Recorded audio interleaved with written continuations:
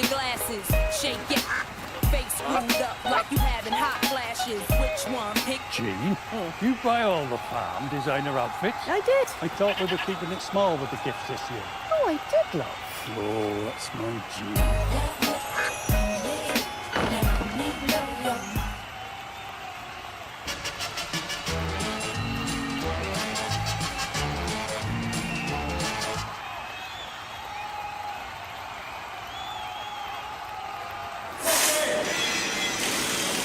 Do you belong here? Troubleshooting an engine in a military workshop? What's your gut saying? Want to turn the volume down? Or stay here and get paid to learn a trade with an army apprenticeship that'll set you right for life. Still listening? You belong here. Army, recruiting now. Search army jobs. And Semenyo. So can it really happen for a third time? Well, United have won their last three. They're 7 places above the Cherries. They've spent millions bolstering their front line. On paper, you might suggest, oh no, it can't. But with Manchester United's worrying tendency to fluff their lines in big moments, everybody knows, oh yes, it can. Steve Bruce is back at the Theatre of Dreams tonight. Who are the main characters who can help Manchester United finally write a different, happier ending? Well, I guarantee you it won't be 3-0 again, Sam. Come on. I have to say I've been really impressed with the two new guys who've given Man United something else at the top end of the pitch. We've just talked well about how they've created a lot of chances and what they've done. So with Mates and Mount in a little bit of form too, them three in particular are going to win the game for Man United tonight. Manchester United make just one change from the victory over Wolves a week ago. Then the Euro comes in for the AFCON-bound Mazraoui. And Bournemouth also make one alteration with Tyler Adams coming into midfield at the place of Alex Scott. The referee tonight is Simon Hooper, the VAR is Paul Howard. Manchester United in red shirts, white shorts, black socks, attacking the goal away to our right. It's all blue for Bournemouth, who will attack the Stretford end in the first half. After his worst 48 hours as Chelsea boss, tomorrow TalkSport has live commentary of Cardiff against Chelsea in the quarter-finals of the Carabao Cup. Then on Wednesday we have a choice of the last 2 ties on TalkSport and TalkSport 2. But our focus tonight is on the drama at Old Trafford, where the curtain is about to come down on the Premier League weekend. Manchester United are hoping they don't get stage fright and can stop Bournemouth thinking that this is the most wonderful time of the year to come to Old Trafford. Former United skipper Steve Bruce is here. United have to match the intent, aggression and attitude of Bournemouth tonight, don't they? Oh, they certainly do, and with the crowd behind them the way they are, I have to say the 70-odd thousand have certainly made their voices certainly loud and clear.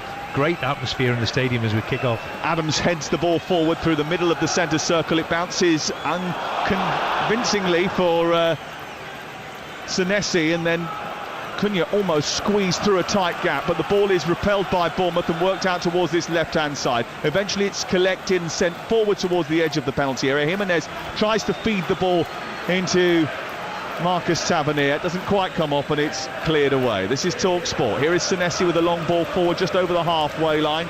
It's too close to the goalkeeper, Senna Lomans, who comes out and collects, and Steve and I were talking about him earlier on today and suggesting that quietly he's gone about his business well. Yeah, he's been very steady, hasn't he, which Man United needed, of course. He's done very well, the kid. And as we were talking about at half-time, just before the game. Oh, great ball by Cunha. He's released it out towards the right-hand side. Ahmad is running through to the edge of the area. He gives it to Mbeumo. It's a bit behind him, but he's kept hold of it. A back heel into Fernandes. A double deflection. Did it hit a hand? The referee says no. It's cleared away on the right edge of the penalty area. A really good clearance, a strong clearance as well by Truffert. And it's out towards the far side. Back it comes via Cunha. Good Manchester United attack. Casemiro into Cunha again, who strikes it, deflection. That's behind and away for the first corner of the game. That's the kind of fast start that Manchester United needed, and they maybe should have got an opener there, Steve, with a better ball into Mbeumo from Ahmad. Yeah, maybe a better pass. He'll be disappointed that he missed the pass, didn't he? Just overhit it a little bit, and I'm not liking the look what I've seen of the boy here who's made the block. Looks as if he could have picked up a nasty injury. Well, I think on the edge of the penalty area, it was Tyler Adams who has collided just in front of the D, and that has generated a lot of movement from the Bournemouth bench, and Evan Nilsson immediately has come over to tell Andoni Iraola he's going to have to make a change here. And Adams, who's suffered so badly with injuries since coming to English football and has been recently touted as a possible Manchester United recruit in the next window, and it looks as if he's going to have to be replaced within the first 3 minutes of this game. Yeah, it's a nasty one. It looks as if it's his ankle or lower ankle anywhere, or maybe shin, but he's put a block in then, be brave enough, and what a disaster that is for the kid who's had a fair share of injuries. Just wonder, lucky because he tweaked his knee with the challenge. That's what I was worried about there. The way they were manipulating it, it certainly looked that way. They've already started to warm up a substitute. Alex Scott is about to come on, I think, for Andoni Iraola and Bournemouth. We played just 3 minutes, and that is going to be a very early change for Bournemouth. And Tyler Adams back on his feet now and only able to limp towards the near touchline after that block 5 yards in front of the D in the dead centre of the Manchester United half. He went towards the ball, and Cunha, they both struck it, and Cunha went in with full force. I wouldn't be surprised if he's tweaked his knee. It's a classic one where your foot's not really planted against it. He's moving a bit more better than he was 5-10 seconds ago, but are they going to make the change? Or interesting. Well, Scott is stripped and ready for action on this near touchline and ready to come on. I don't think they are going to take a chance, are they? Well, no, Scott's going to sit back down now, and Adams is going to continue possibly. I don't think it's a sensible thing to do that. Here's the corner on the near side, and it's going to be taken by Ahmad. They're down to 10 players. The ball goes into the box, and it's smuggled towards goal, and somehow it's repelled behind by, I think, Semenya plays it against Dallo, and it goes out on the far side and out for a goal kick. But it was a brilliant arcing ball right underneath the goalkeeper, who flapped at that furiously, went through the defence and out the other side. I think the goalkeeper looked as if he was cleaning windows there, never mind what he was doing with it, Sam, I have to say. He was nowhere near it, was he? Not Absolutely at all. Nowhere near it. There's a substitution. Tyler Adams comes off, and Alex Scott is on for Bournemouth. United, a team that promises chances at both ends. United take more shots than anyone in the league. At the other end, they've kept just one clean sheet all season. And as we were talking about the hybrid back four, back five, if that's not a back four at the moment, I'll stand tapping really, because Ahmad's up the pitch and Yoro's in a right back situation. Yeah. So is that a hybrid? Yeah, we'll call it a hybrid. Formation. Yeah, fluid hybrid. Okay, Sam, I'll go with it. I love it. Let's follow it and see I'm what not happens. that dinosaur after all. No one said you were, did they? Oh yeah, many a time. Here is Yoro to take the throw in just short of the halfway line. 5 minutes gone.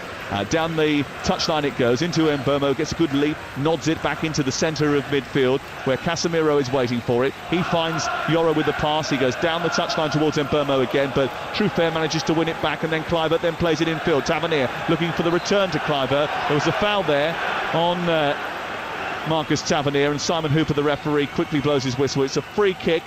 Just 15 yards inside Manchester United territory for Bournemouth, just left of centre. Mason Mount penalised there. Manchester United gradually finding a little bit of form under Ruben Amorim. They've lost just one of the last 9 since the beginning of October.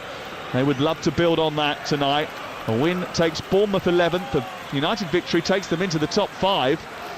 Here is Ahmad. His last action before he goes away to the AFCON. He's brought down by Semenyo as he looks to escape down the right side, and it's a free kick to Manchester United. Yeah, good start by Manchester United. They've had 1 or 2 opportunities, the corner being one, and the through ball from Ahmad. He'll be just a bit disappointed. It was the wrong side of Mbeumo. Casemiro up to Mount. Mount runs diagonally from the left side into the centre and does brilliantly to dance away from Smith and plays it into the path of Cunha, who turns and runs down the right channel, gets up towards within 5 or 6 yards of the penalty area, then turns backwards, plays it into Casemiro, and Manchester United reset and build again from the halfway line. 7 minutes gone. Manchester United 0, Bournemouth 0. Here's Heaven wandering away from the attempt of a challenge by Evan Nilsson, and the ball is played out towards this right-hand side where it's collected by Ahmad. Ahmad goes into the area, goes down the right-hand side, gets into the box, plays it against Senesi's legs, who got there with a block, and it's behind and away for another corner to Manchester United, who have put the pressure on in the early exchanges here. Yeah, well, I thought he was going to dive in there, the full-back. He stood well, held his ground well, because he could have quite easily have gone to ground with that challenge. It's a good ball, crossfield ball by Mason Mount, actually. He picked it up left side, switched it out to the right. Ahmad then ran at the defender, went on the outside of Trufair and then collided with Senesi, and it's gone out for another corner. They called damage from the first one. A left-footed ball into the same area, a little flick from the defender, almost comes out to Mount. There's a good clearance by Kluivert, and then headed into the air by Tavernier, but Manchester United have won it back again and turned it over, and still the pressure is on. The red shirts flooding forward, and Mbeumo is down the left side of the box. He crossed it into Mason Mount, who shoots. Good save by Petrovic to parry it away, and Manchester United had the first shot on target in the game. Well worked down the left, Shaw poking it into the path of Mbeumo, and then a volley into the ground by Mason Mount, parried away by Petrovic at the near post. Mount has had a wonderful start, hasn't he? He spread 2 wonderful passes from left to right, and then on his wrong foot, his left foot, he's connected with that fantastically well. Great save by the goalkeeper. Dalot to take the throw in on the near side. It's a long one in towards the near post. It's flicked away by Trufair. Back in by Ahmad. Mbeumo has stayed in. It's left by him by Cunha, who then gets the return, sets it back for Casemiro, whose shot is repelled, and Ahmad can't get there because Senesi has just poked it to Trufair, and they've just about got it away. Manchester United putting Bournemouth under the cosh here in the opening 9 minutes of the game. Well won by Yoro. Right side of the Bournemouth half is Dalot into Casemiro, who's shot from distance, but it's 5 yards over the bar. And there were numbers flooding forward, and maybe they should have used them a little bit better, but it's a very good start for Manchester United. Yeah, a bit adventurous from Casemiro, I have to say, with his left foot from 30 yards. Maybe there was a better option to take on, but a wonderful start from United, you're right, Sam. Well, on the night of Halloween, Bournemouth was second in the Premier League. They had 18 points from 9 games, their best ever start to a Premier League season, 4 points behind the leaders Arsenal. Since then it's been something of a horror show really for Andoni Iraiola's team. They've taken 2 points from 6 Premier League games since November the 1st. Only Wolves and Burnley have fewer points since the start of that month. And Manchester United were almost in again, with Mbeumo being played in behind. A deflection took it away from the Cameroon international. Cleared away by Senesi, taken in by Semenyo. He works it wide to Kluivert. Evan Nilsson is trotting through the middle. Tavernier is in there too. Trufair has joined the attack. His low cross is blocked by Shaw, and it's put out for a throw-in down by the corner flag. It remains 0-0. Yeah, it gives you a little indication of how Bournemouth on the break. Great challenge by Shaw in the finish, but he had to make sure he was right. Traditionally they are a front-footed team. You know, they play 4-2-3-1. They get numbers up the pitch. They're happy to trade punches with you. They've scored 3 or more goals on 3 occasions already this season. They've leaked 4 goals twice already this campaign. You rarely get a quiet evening with an Iraola team. No, I agree with you, and it looks that way. Here's the throw in from the near side. Semenyo with a launcher in towards the near post. Senesi with the header. It's over the bar, but it took a deflection on the way through, and it goes out for the first Bournemouth corner of the game. This is Talk Sport. We're live here at the Theatre of Dreams, Old Trafford, on what has been a terribly rainy day in Manchester. It's been brutal all day, hasn't it? It's been awful Manchester day. But it's a little bit drier now, which is good news. And here's this corner, what they were defending half an hour ago in the warm-up. Well, they've been more different now. They've been practicing this. The difference is they've now got Evan Nilsson to worry about, and Diakite coming up from the back, and Senesi's in there as well. And it's Kluivert's delivery, and it's punched away by Senna Lomans, retrieved by Semenyo far side, a yard in from the far touchline. He just allows that to run out because he knows that's going to be another throw-in, and he's got this brilliant ability to catapult the ball in to the penalty area from the long throw.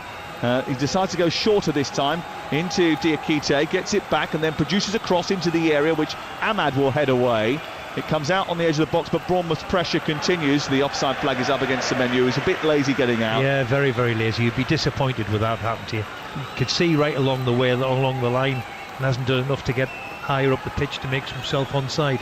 Big opportunity for him to put another cross into the box. Free kick in the left full-back position for Manchester United, who started the game really well, but it's still 0-0.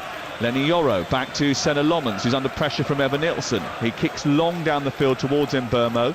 Senesi is alongside him. They're wrestling for the football. It deflects off Mbeumo and picked up by Alex Scott, who was a very early substitute in the game for the injured Tyler Adams. Back to Senesi, the Argentine centre back. Heaven takes it off the toes of Kluivert. drops in midfield for Bruno Fernandes, who immediately shuffles it out, looking for Mount. It's cleared away by Adam Smith, but Mount's got it back again, tried to bring it down, was being held by Adam Smith, and that's going to be a free kick just left of the centre circle for Manchester United. 0-0 the score. TalkSport. Tomorrow night we've got Carabao Cup football, Chelsea against Cardiff. Remember, when you wake up in the morning, all tonight's action will be poured over by Jeff Stelling and the Breakfast Crew. 6 a.m. tomorrow morning. Wednesday night, and we've got 2 Carabao Cup ties for you on TalkSport and TalkSport 2. And the festive football just keeps coming out your ears. Well, in fact, it comes out of our ears and into yours. Here is Dallo in towards the near post. COYI up there with a header, and then Ahmad is on the line, and he will head it home. And Manchester United take a lead after 13 minutes. Terrible defending by Bournemouth. Crossing from Dallo on the left-hand side. COYI headed it into the air. Everybody was stargazing. He dropped on the line, and Ahmad was there to poke it home. Manchester United 1, Bournemouth 0. Well, a wonderful cross into the box from Dallo, I think it is, and COYI should have scored himself maybe, and it sort of looped up in the air, but Ahmad's there to, will he not score an easier goal, will he? Great start for Man United, and just exactly what they wanted. Well, I don't know what the Bournemouth defence were doing. It was a good ball into the box, but COYI sort of almost misheaded it into the air. It went up. Everybody was looking around bamboozled as to where it was. They kind of lost their coordinates there. But Ahmad started it up, picking up a loose ball in midfield. He played it centrally into Casemiro. Casemiro then worked it out wide towards the far side, picked up by Dallo, who faced up the defender, cut in on his right foot. He arced the ball into the 6-yard box. The ball was headed into the air by COYI, who really should have put it beyond the goalkeeper in the first place. Now, was Ahmad in an offside position? He could be. I fear for him. I think he could be. When you look at here now, when he just gets the touch, oh, it's one of them close ones. Well, what actually happened was COYI headed it down, it came off the goalkeeper and went into the air, and as it dropped down, everybody else was behind Ahmad. So it's whether or not Ahmad is in an offside position as that ball is flicked on by COYI. Now, did COYI get a touch to it? That's what they've got to be looking at. Did COYI touch it? Well, let's have a look. I don't know if he did touch it, you know. I think it might have just come off the goalkeeper. I think it's come off him. I mean, he's definitely interfering with play, but I think he misses it. No, I don't think COYI touches it, in which case then he's got to be onside. If COYI doesn't touch that, he's got to be onside. Goal. Yeah, good decision. Although I don't like the fact that we had to wait a minute and a half for it to be confirmed. And it has been confirmed now. Simon Hooper has pointed to the spot. Manchester United lead by a 1-0, and Ahmad has put in from 2 yards out. Manchester United lead, and after a really strong start to the game, they've scored yet another first-half goal. And they have scored the second most first-half goals in the Premier League this season. Ahmad has been knocked to the floor. Referee has given a free kick against Semenyo, and it's going to be a free kick just in from the touchline. Manchester United 1, Bournemouth 0. Here's Steve Bruce. Yeah, you would be really disappointed if you're a Bournemouth centre-back there. The ball's come in really from a long way, and you've got to be in a position to head that clear. They'd be really disappointed that they haven't been able to get a header on the ball. Yeah, and the goalkeeper does get a touch on it. I think maybe the goalkeeper can be forgiven a little bit because he's expecting COYI to get a touch and he doesn't, and it sort of deflects off his arm, goes into the floor, then bounces up into the air, and it drops on the head of Ahmad. And we all expected COYI to score, really, and he missed it completely by the looks of it, didn't it? Yeah. And that's what put the goalkeeper off. It fell very, very kindly for Adnan. Manchester United 1, Bournemouth 0. TalkSport with Sky Sports, and don't forget that with Now you can stream all the Sky Sports action flexibly, like Manchester United versus Bournemouth live right now. Search Now Sports. Here's Kluivert down the left-hand side, sending the ball into towards Tavernier, who's approaching on the edge of the penalty area. Well defended by Diogo Dallo, and cleared away by Manchester United, who lead here. And still 1 or 2 encroachments into the Manchester United penalty area, which will concern Ruben Amorim, I think. Well, marvellous piece of skill by Kluivert, I think it was, and Semenyo. They've got in down that right-hand side, and a little bad ball across, and Man United were in trouble a little bit.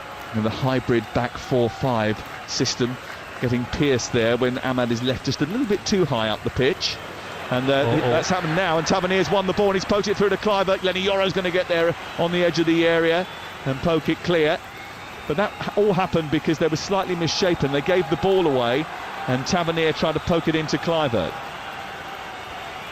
Yeah, they nearly give it away, didn't they, on the edge of the area, give the ball away in a bad area. Casemiro's been caught here. I don't think it's anything too serious. He doesn't go over very, very often, though, this fella. So, yeah, United have just got to be a little bit careful. And believe me, this is a back four he's playing.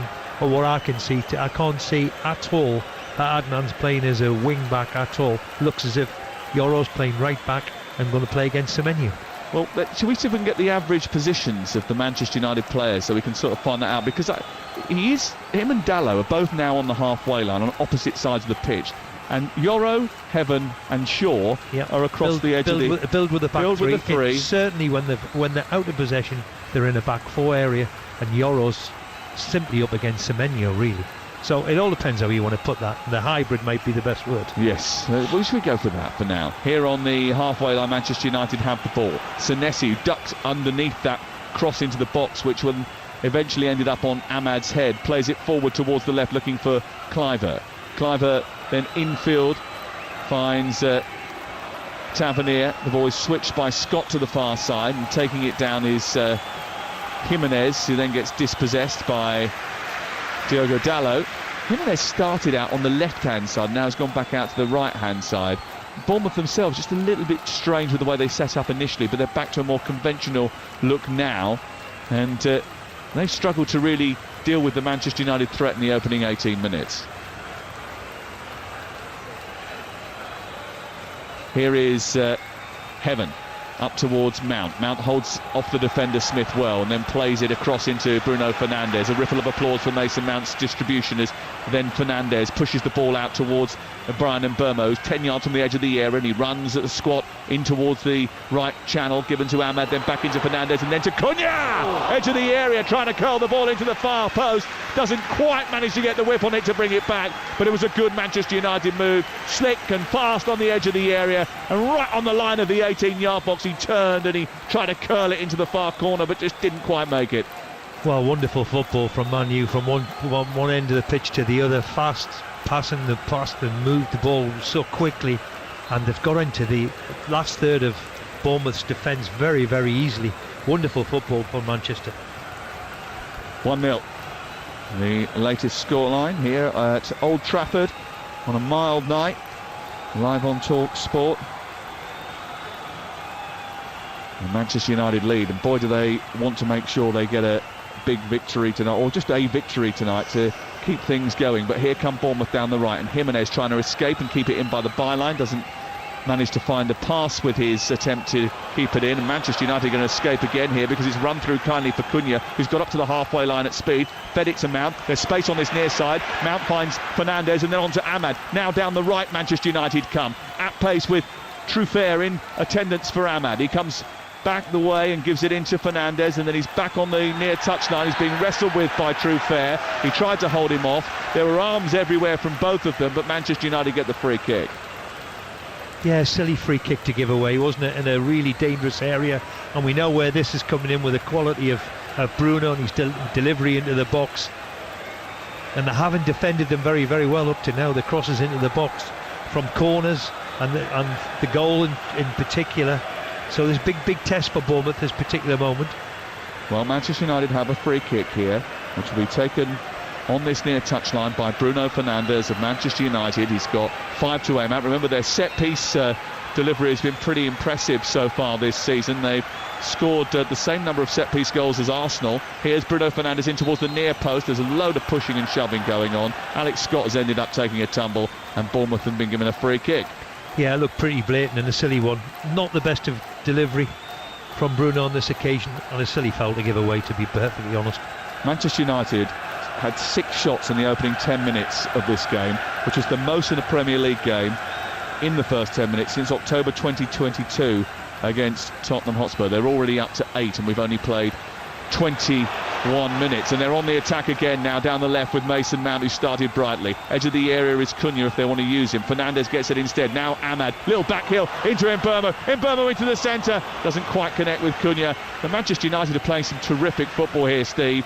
The slick passing is opening and carving open the Bournemouth defence at will almost. Yeah, they're struggling like mad with it, Bournemouth, and Man United are relentless in the way they're moving the ball. Mbeumo coming forward, moving up towards the centre of the Bournemouth half. He gets the return from Mason Mount, a little delicate ball over the top, a good touch by Mbeumo to bring it down. He sets it back for Ahmad. It comes in towards Bruno Fernandes. It was a little bit too far in front of him. Tavernier got there, but Manchester United again win it back with Luke Shaw, who goes quickly to engage. He jumps to pressurise Kluivert. The ball spirals into the air. It's cleared away by Jimenez, but now picked up by Casemiro, who slides a lovely ball down the inside left channel. It almost reached Diogo Dalot. But this is some of the best football that Manchester United have played under Ruben Amorim. Oh, it must be. They're all confident. You can see what they're doing. They're a real threat at the top end of the pitch. All of them are really, really comfortable in possession, and they're moving the ball so quickly. And your mate Mason Mount has had a wonderful start to the game. Here is Tavernier, who's deep inside his own half, trying to wrestle with Fernandes and with Cunha, and he comes away with the ball. Fernandes, and he turns it over, and now Cunha is charging towards goal. He's down the left channel. He produces a shot, which is blocked by Diakite, and he goes out for a corner kick over the far side. They are harrying, they are harassing, they are putting pressure on the Bournemouth players every time they try to get out, and they are all over them like a rash. They're terrific at the moment, and this fella Cunha has just got that natural ability, what gets you on the edge of your seat, hasn't he? As soon as he gets it, he seems to just glide with the ball past people. Wonderful, wonderful footballer. Well, they had 3 of them in attendance there to try and stop him. Andoni Iraola is furiously scribbling on his notepad. I think he's just written the word help. Man United are like this, you need more than help. Here is the corner over on the far side, to be taken by Bruno Fernandes. Cunha underneath the goalkeeper.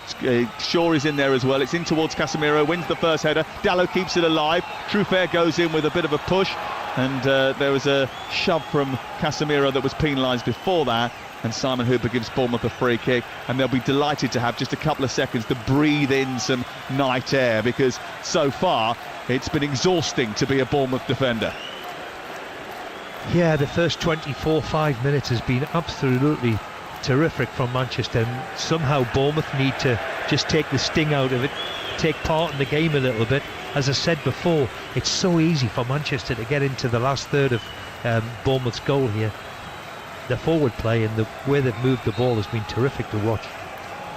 There was a collision inside the penalty area where Alex Scott led with his arm and connected with the side of Casemiro's head. The referee didn't see it. We'd had a quick look at it on the replay, but the VAR didn't intervene. Here's Cunha picking it up again. They can't get out, Bournemouth. They had a clearance, and it's come straight back with Ahmad now feeding Casemiro 10 yards from the edge of the penalty area in towards Mbeumo. Wasn't a great ball into him. They've lost it now, United, but very quickly Mason Mount has won it back again, and he sent it out towards the right side. Ahmad now approaching the edge of the penalty area. His left-footed shot was a difficult one because it was not really the gap to squeeze that through, and he ended up hitting the first defender, and the ball is cleared by Bournemouth towards halfway. Of course, United have won it back again. Fernandes this time recovering possession. Now Heaven wanders past 2 challenges and then runs into a third, wants a free kick. He's not going to get it. The ball's been released to the far side by Casemiro, and now Dalot is bearing down towards the edge of the penalty area. He goes on the outside, feeds it into Mbeumo inside the penalty area. Great strength, produces a strop, and it's saved down low to his left by Petrovic. And Manchester United are irrepressible. Yeah, wonderful to watch. We keep saying how good they are at the moment. Let's hope they can get the second goal to really, really make sure of their advantage. Well, the ball is on the halfway line, and just a minute ago, I don't know if you saw it, but there were 2 balls on the pitch. I just wondered whether or not that Bournemouth were trying to get one to play with because Manchester United were using the other one. Not a bad ploy, that, is it? Let's get another ball on. We can try and have one of our own. 26 gone. This is TalkSport. It's Truffert just inside the opponent's half of the field, and Manchester United with that little tweak of formation, not a change, a tweak. He's never going to admit it to the manager, is he's no chance. Well, we've looked at the average positions. It still looks a little bit like a 3, but there's definitely more of a hybrid. If you look at Ahmad's position, is so much higher than Dalot's on average, as you were saying, Steve Bruce. Yeah, it was always going to be coming into the game was Semenyo, and how is Ahmad going to deal with it, and that's the way they've gone with it. Truffert gets it back to his goalkeeper. Bournemouth have possession inside their own half. They're just so much fitter and sharper, Manchester United, in the opening 26 minutes. What they really need to make sure they do is they don't let Bournemouth off the hook here. They've had such supremacy in the opening quarter of the game that they must make it pay. They do lead by a goal to nil, but they would love another one before half-time. Ball won by Scott in midfield. It was a bit of a hefty collision with Fernandez, and the game is stopped whilst they just check on the prognosis of Bruno Fernandes. I think they might give an uncontested drop ball here to Manchester United, but I don't think he was giving a foul, the referee. Quite interesting now. It looks as if Ariola's put Semenyo on the other side. Yes. On the other side to go and play down the right-hand side and see how they do, and see what they do with them there. Manny Fernandez with a header has put Rangers in front against Hibs. Rangers leading by a goal to nil. That's a sort of battle for third and fourth, isn't it? Rangers and Hibs. And Danny Roll hoping that his Ibrox career takes off a little bit better than Wilfried Nance's career has down the road at Parkhead. Up to Mount, the ball goes. He feels he was wrestled to the ground by Smith. The referee says no, and Semenyo has gone down the right and taken the ball in towards the edge of the Manchester United penalty area. He cuts in on his left foot. Casemiro doesn't make a challenge. It goes across towards the edge of the box now, and Tavernier, and Bournemouth still in possession on the edge of the Manchester United penalty area. 28 gone. 1-0 to Manchester United, live on TalkSport on the Monday Night Football. Under the lights here at Old Trafford. It's back out towards Tavernier, whose swirling cross is headed away by Aidan Heaven. And it goes up to halfway, where it's met and dispatched by Bafode Diakite. It's coming face to face with Lenny Yoro, a former teammate at Lille tonight. Ball into the box, a decent one towards Tavernier, and he makes a brilliant save, Lomans. It's a lovely ball in by Kluivert, met on the edge of the 6-yard box with real venom by Tavernier. It was straight at the goalkeeper, but he had to react, and react he did. And what a run from Tavernier to make sure that it was his. He burst into the box. Unbelievable pace on the ball in, and he's flew at it, and it's come off his head, and it's gone straight at the goalkeeper, thankfully. Well, that's a warning for Manchester United. That's a brilliant ball in from Kluivert, and it was a really firm header by Tavernier. It was actually to the goalkeeper's right just a little bit. He had to adjust slightly. He made a good save. He was fortunate it came back off the Bournemouth player and went straight out of play. He was brave, Tavernier, to get in there. There's only one thought in his mind, was to make sure that he got some contact on it, and he's a bit unfortunate, hasn't none in the net. Well, Bournemouth's recent poor results, I think, can largely be attributed to a failure to take the chances that have come their way, and probably giving up more than usual. They've given up more than usual, and the chance that they've had, the big chance that they have, they haven't taken. It remains 1-0 to Manchester United. Here is Truffert, managing to send the ball forward, and cannons off of Lenny Yoro and goes out for a throw-in on this near side. Truffert will take it again. Out comes Andoni Iraola to have a quick word with his troops. Standing on the edge of the technical area, hands behind his back. Foul by Ahmad, and Evan Nilsson gets the free kick about 9-10 yards short of the halfway line, wide on the Bournemouth left. I mean, it's been a good start from Manchester United, but I think with the amount of chances they've created, they'd probably want a greater advantage than they've got. Yeah, it's vitally important to get that second one and make it count, because we've just seen one bit of quality from Bournemouth, and all of a sudden they've got themselves a foothold in the game at last after 30 minutes. Yes, that was a little bit of a warning to Manchester United. It's currently Manchester United 1, Bournemouth 0. For the latest odds, you can head to Ladbrokes, and right now you can back Manchester United to win at 4-1 on. And the draw is 19-4. And you can back Bournemouth at 9-1 to win the game. That's all thanks to Ladbrokes, 18+, gambleaware.org. This is TalkSport. Played half an hour. Here's Senesi trying to pierce the lines with the ball forward towards Semenyo, and it comes back to Evan Nilsson, who shoots from the edge of the box, miscues it, goes behind, and it's away for a goal kick. Has had a little bit of a difference, hasn't it, for Bournemouth since changing things around up top and making Evan Nilsson and Semenyo almost like a narrow two with Kluivert in behind. Yeah, it's made a little bit of a difference to them, hasn't it? They've got a little foothold in the game, which they needed to. Because Jimenez has come out towards this near side as well. Yeah, I think it's maybe just, I think they set up that way when there's a goal kick, but I think they'll still keep Kluivert off the front of Evan Nilsson, would they? But they're certainly in the Here is Kluivert again, trying to get a shot away from the edge of the box, and that goes wide of the goal. But Manchester United again, just slightly regressive, just allowing the Bournemouth players to win the ball inside their half of the field. And the momentum just slightly swinging back the other way after a period of Manchester United domination. Well, they're never going to dominate totally, and you're right what you're saying. Maybe they'll just rue that having got 2-0 in front, because certainly the first 25 minutes they probably deserved that, but certainly Bournemouth have got a foothold in the game at the moment. Well, 53% of the ball has been inside the Manchester United defensive third in the last 5 minutes, which shows you how much Bournemouth have just grown into the game. But Manchester United got the chance to come forward here. The ball released out towards Ahmad on this near side. Senesi watched it, managed to take it before it got to him. It's still bouncing around inside the Bournemouth half of the field. It's headed out to Jimenez on this near touchline. Fernandes trying to keep pace with him, and it's taken over by Tavernier. That was a poor challenge by Lenny Yoro. That's going to be a free kick 7 yards inside Manchester United territory. Let's go off to the game at Hillsborough, because there's been a goal in the Championship for TalkSport's Alan Biggs. Yeah, to Derby County, Sheffield Wednesday 0, Derby 1. Patrick Adjumang is the scorer. Terrible error from Liam Cooper, gave the ball away, dangerous area, but Adjumang's finish was lethal. Rifled it left foot across the keeper into the far corner. Sheffield Wednesday 0, Derby 1. Derby without a win in 3 before tonight, and Patrick Adjumang did well in the MLS while he was at FC Charlotte, where Dean Smith is thriving at the moment.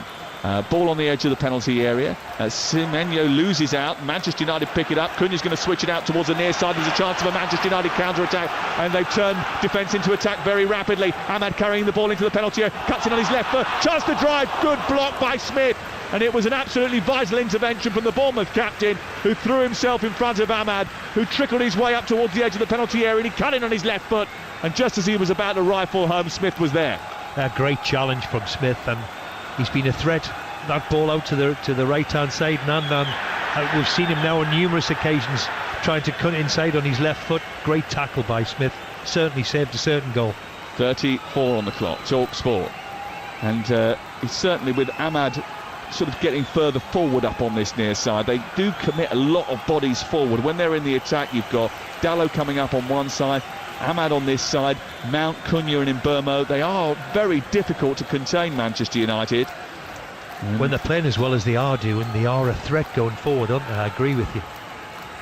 Well, the recent statistics tell you that. We looked at that table, didn't we? You know, they have got the most goals in the average goals per 90 in the Premier League over the last 6 games. And you can certainly see why. They're a big threat. They're all playing well at the top end of the pitch. And then, of course, you've got Bruno in behind them too. So, really, they are a big threat at the moment. It's amazing in how it's changed as well, because they've gone from bottom or joint bottom of the Premier League for goals per game, XG, performance and shot conversion, to one of the top teams for both creating and taking chances. These two up the top. Mbeumo coming forward, looking to feed the ball into Cunha. Cunha's trying to get it ahead of Diakite. He succeeds, looks to reverse it. It's blocked by Diakite. Can't find its way through to Mbeumo, but picked up right side by Ahmad. Ahmad hesitates, waits, rolls it back to Lenny Yoro. Yoro infield to Bruno Fernandes. Back to Yoro again. Right side of the pitch now is Ahmad attacking down the flank. He's got Diakite for company. He goes back infield to Yoro, who then switches it into the centre circle, and now Luke Shaw has the chance to decide which angle of attack Manchester United want to take next. Heaven, lovely ball into Cunha, good turn by him, rolls it under his studs, gets into the front foot, then produces a cross in towards Mbeumo, who volleys it just narrowly over the top. What a connection that was. Cunha with a brilliant flighted ball which arcs so supremely right into the path of Brian Mbeumo, and he fired it towards goal, and it was only narrowly over the top.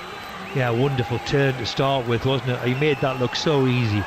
Great turn and piece of individual skill, and then the quality of the cross into the box, looking for his mate Mbeumo, who will be disappointed that he hasn't scored probably, but a great piece of football. Well, what a fantastic bit of football from Manchester United, and we've said that several times tonight. They've played very well in the first half here. Here is Brian Mbeumo under pressure from Diakite. Pulled to the ground, free kick to Manchester United. By the way, if you want to listen to any of the plethora of great podcasts that are available on the TalkSport app, download the app. You can listen to any of the live games. You can listen to the darts, which is on tonight, over on TalkSport 2. You've got all the Premier League podcasts, all the podcasts about... and Adrian's got a very good podcast that he does now, the Sportsbook podcast. So if you... and especially good at this time of year, actually, if you're thinking of buying someone a present. He reviews all the best sports books. Well worth a download. It's on the TalkSport app. And Manchester United here so far in front thanks to a goal scored by Amad Diallo. Here is Kluivert, though, on the turn inside the penalty area, fed by Evan Nilsson. Good defending by Manchester United. Dalot did brilliantly, actually covering in from the right full-back position, coming into the centre and following his man to ensure that there was enough pressure on him so that Lomans can come and collect. Yeah, a really good piece of defending from Dalot. He's just done enough, put his body in the way that he made sure there was no way through for him. They're still a threat on the counter-attack, though, aren't they? Yep. They've got pace at the top end of the pitch. They were always going to be. They are a team that do that. They just haven't converted the chances that they've created in recent weeks, and they've conceded far too many at the other end. Here is Cunha.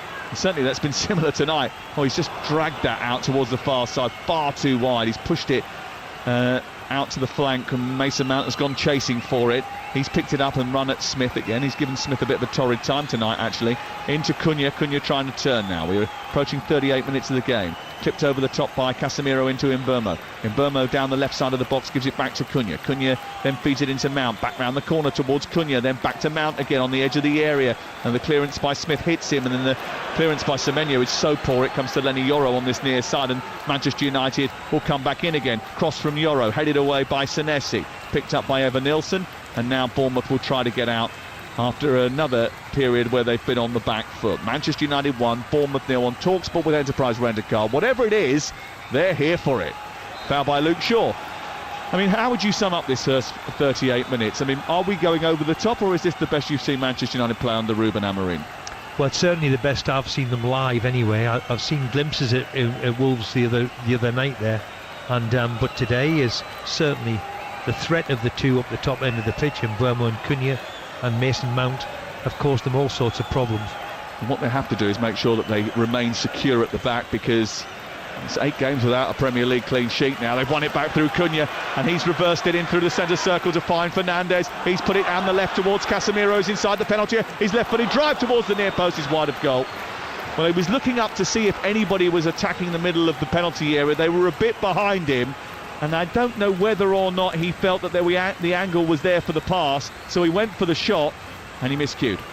Yeah, I think he was looking for the pass, and I don't think there was anybody making a run across the goal. How many times have we seen United break from in this situation here now, when they get into a great area? Don't think there was enough in the box to pick him out. Yeah. Poor decision from him in the end, though. 1-0. Bournemouth give the ball away so much from their sort of their restarts and resets. Here is Semenyo down the right side, though, getting in behind the United defence. He powers into the box. His right-footed shot comes in off the post, and they have equalised. Against the run of play, Bournemouth score the equaliser, and it's Antoine Semenyo, who hasn't scored since October. He's just smashed the ball in off the post, past the goalkeeper, and Bournemouth's threat on the counter-attack has proved to be decisive just before half-time. And Manchester United have conceded again, and from a position where they seem to be completely in command of this football match, it's now all square, 1-1. Yeah, the boy Heaven meeting, probably for me, without seeing it again, needed to come across quicker. He knew nobody was going to catch him, and can he get across? He's out of position at the moment. Can he go across and defend? Yeah, he's got to go, and he can't just let him run into the box like that. He's got to engage him.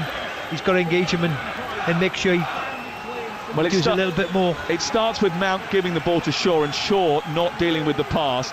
Semenyo escapes down the right-hand side, but you're absolutely right. Aidan Heaven is defending the middle of the box, but actually Mount's calling him over, saying you've got to come over, and he sticks in the middle, and that gives Semenyo the opportunity to get the shot away. Fernandes is flailing to get back, but he squeezed it in off the post, and Manchester United have pegged back. It's 1-1 with 5 minutes to go before the break. Yeah, it just shows you what a crazy game this football is. We're just saying of how well Man United have done. Little break, but we've said for the last 10-15 minutes they're a threat on the break with the pace they've got at the top end of the pitch. Well, Bruno Fernandes furious. Manchester United now at 1-1. Cunha's just looked for Mbeumo again, and it's gone out because it was hit too fast into his path for a goal kick away to our right-hand side. That'd be absolutely furious if you're a manager, wouldn't you? If you're Ruben Amorim, you sit there, you watch your team play as well as they did. They only lead by a goal to nil. He's pegged back now to 1-1. He'll be absolutely furious. How do you do it? That's his time here, isn't it? You've seen glimpses of arguably how well they've played, and all of a sudden they're going to go in at one each, where really they should have been well in front at the moment. We did say they have to tighten up at the back. 8 games now, 9 games now without keeping a Premier League clean sheet. They've kept 1 all season. That was against Sunderland. Yeah, and all good teams have got to be that resilient to keep a clean sheet. It's all. Oh, what's happened there? There's a bit of a melee over on the far side, and Semenyo is involved in that. There's a bit of pushing and shoving going on. Aidan Heaven, Bruno Fernandes now having a word with the referee. The referee wants to have a word. Was there a arm there? The crowd at Old Trafford asking for a red card. The referee sending Adam Smith and Bruno Fernandes away. He wants to have a word with Antoine Semenyo, and after scoring the goal he's going to find himself in a spot of bother here. And Simon Hooper has just addressed the concerns of Diogo Dalot and Antoine Semenyo. He wants to speak to both of them on the halfway line. He's speaking to Dalot first and then Semenyo, and the referee's got a decision to make. It'll be interesting to see what happens. It's a yellow card for Diogo Dalot, and it's a yellow card for Antoine Semenyo, 1 apiece. Yeah, it seems a lot to do about nothing, doesn't it? They've got themselves all in a mess. I didn't see anything wrong with the challenge he got underneath the ball. These things happen, don't they? He's got straight up and big powerful lad, isn't he? Wow. Well, has he hit him there? Well, he's caught him on the neck. So basically what's happened here, they've gone up for a high ball and he's got up really high, Semenyo, and Dalot has gone underneath him and he's gone careering up into the air and crashed to the floor. Semenyo's then got up and confronted Dalot, and he's pulled out a left arm and grabbed him round the neck. Now, I think because he's on the neck and not above the neck. Yeah, he's okay, and it's a yellow card. It's a yellow card. As long as he's okay, he's jumped up all right. He's obviously disappointed that he's levered his back in a way that he's going to fall a bit awkwardly. Here's the free kick into the box, and Essie heads it down. It comes to Scott, who rifles it. Might come into the path of Emma Nielsen here. Dalot reacts quickly and manages to clear his lines from inside the 6-yard box. I mean, it would be the ultimate Manchester United irony now if they went in at half-time 2-1 down after dominating the first 35 minutes of this game. Here is Trufer down the left into Senesi. Senesi back in field to Jimenez, who's challenged by Shaw, who is guilty of giving away possession for that goal. It's in by the shot of Tavernier, and Lomans has to come across and make a save after a big deflection and put it out for a corner. Yeah, there's an edginess about Man U's defending, isn't there? They look a little bit nervy and a little bit edgy, probably because they haven't been able to keep a clean sheet for 8-9 games. You can see as soon as Bournemouth get into that last third, there's an edginess since they've scored the goal. Here is the corner right at the end of the first half. We played nearly 45 minutes. We're just waiting to see how many are going to be added by the fourth official, Rob Jones, who raises his ball to the sky now and says 5 minutes of added time at the end of the first half here at Old Trafford. But Manchester United led and now have been pegged back. It's 1-1 on TalkSport. Here is the corner, left-footed in towards the near post, headed away by Bruno Fernandes. It comes back out to the edge of the area. It's touched away by Kluivert, and then forward by Smith towards the edge of the area, and Heaven manages to get it clear. Cunha brings it down, a little shift over the top and then a flick out towards Mbeumo. The bouncing ball, he heads against Smith, and it goes out for a throw-in on halfway for Manchester United. What do you say if you're a manager of Manchester United at half-time? Well, you want to see a lot more of what we've just witnessed in the first half, but we've got to try and get the balance right with defending and attacking, because unfortunately Bournemouth have had 1 or 2 incidents which is a little bit too easy for me. They're still a little bit edgy, Man U. Here is Heaven into Casemiro, who's dropped into a deeper position in the last few moments. Dalot forward looking for Shaw, who's gone on and he's gone out towards the left-hand side, and he needs to make sure he picks up a pass. He slipped inside Senesi, he's played it infield, didn't quite find Cunha, has come back out to Mbeumo, who's going to get some opportunity on the edge of the area here. He runs into Scott and the ball runs clear towards the left. Now Mount picks it up on the edge of the 18-yard box. He swings it back into the centre, looking for Mbeumo, headed away by Senesi. Ahmad goes up for a challenge. It bounces inside the Bournemouth box, and Senesi brings it down and plays it into Scott. And they should get it away here from the right full-back position via Adam Smith. It's going to come back, though, because he's gone straight to Dalot. Into Bruno Fernandes. Now Casemiro back out wide towards the left. Well, there's a free kick here. And that's because Justin Kluivert has gone in hard over on the far side on Bruno Fernandes after the ball had gone. That's a free kick wide on the Manchester United left. A good 10 steps back from the edge of the penalty area, Steve. He had one of these ideal situations for the ball to come in. We know what's coming from Bruno. I'm sure he'll be aiming for the far post, and can Man U get a head on it? And can Bournemouth defend the crosses better, because they've looked a little bit unsure of themselves too defensively. 47 on the clock. We played 2 of the 5 added minutes at the end of the first half live on TalkSport. Manchester United, who dominated the opening 35 minutes of the game, several shots on goal, caused Bournemouth all sorts of grief, but then after taking the lead ended up finding themselves all square after giving the ball away in the left full-back position. Luke Shaw and Mason Mount getting in a bit of a tangle. Here is Fernandes with the free kick though on the stroke of half-time. A right-footed in-swinger towards the edge of the box. It's flicked on by Casemiro. It's definitely hit a Bournemouth player and went behind and out for a corner kick. And they would have thought there that was going to go and nestle into the box, because Casemiro made a good run and got a good header on, but Senesi managed to shepherd it behind and out for a corner kick. Yeah, both sides are struggling to defend from crosses into the box. Another corner from Bruno. Just wonder, there was a shout for handball. I'm not sure that there was anything in. Oh, I'm not sure, you know. Here is the corner, deep towards the far post. Casemiro is free. He heads it down and it's into the net. And Manchester United take advantage of another set piece. They are the top scorers from set pieces this season in the Premier League, joint with Arsenal. But Bournemouth's defending once again left something to be desired. Jordan Petrovic shakes his head because he knows that Bournemouth have gifted that goal to Manchester United. Arcing delivery from Fernandes to the far post. Casemiro was lurking. Nobody in blue spotted him, and he nodded it simply down at the foot of the post. It comes off the goalkeeper and sneaks in, and Manchester United will take a half-time lead. Well, thoroughly deserved, so we think so. But how often have we seen from Bournemouth, you know, the inability to defend a corner? They haven't got anybody really attacking to the core. I think the goalkeeper maybe will look at it and maybe can he do better. I'm not saying come for the cross, but he seems to push it into the net. He'll be disappointed on his way home tonight, that's for sure. Well, they should all be disappointed, because Casemiro was quite obviously the target there. He got away from Truffert and got a free header almost in towards the near post, and then Petrovic, instead of swatting it away, has shoveled it. He's actually completely missed it, I think, and it's come off the top of his shoulder and into the net.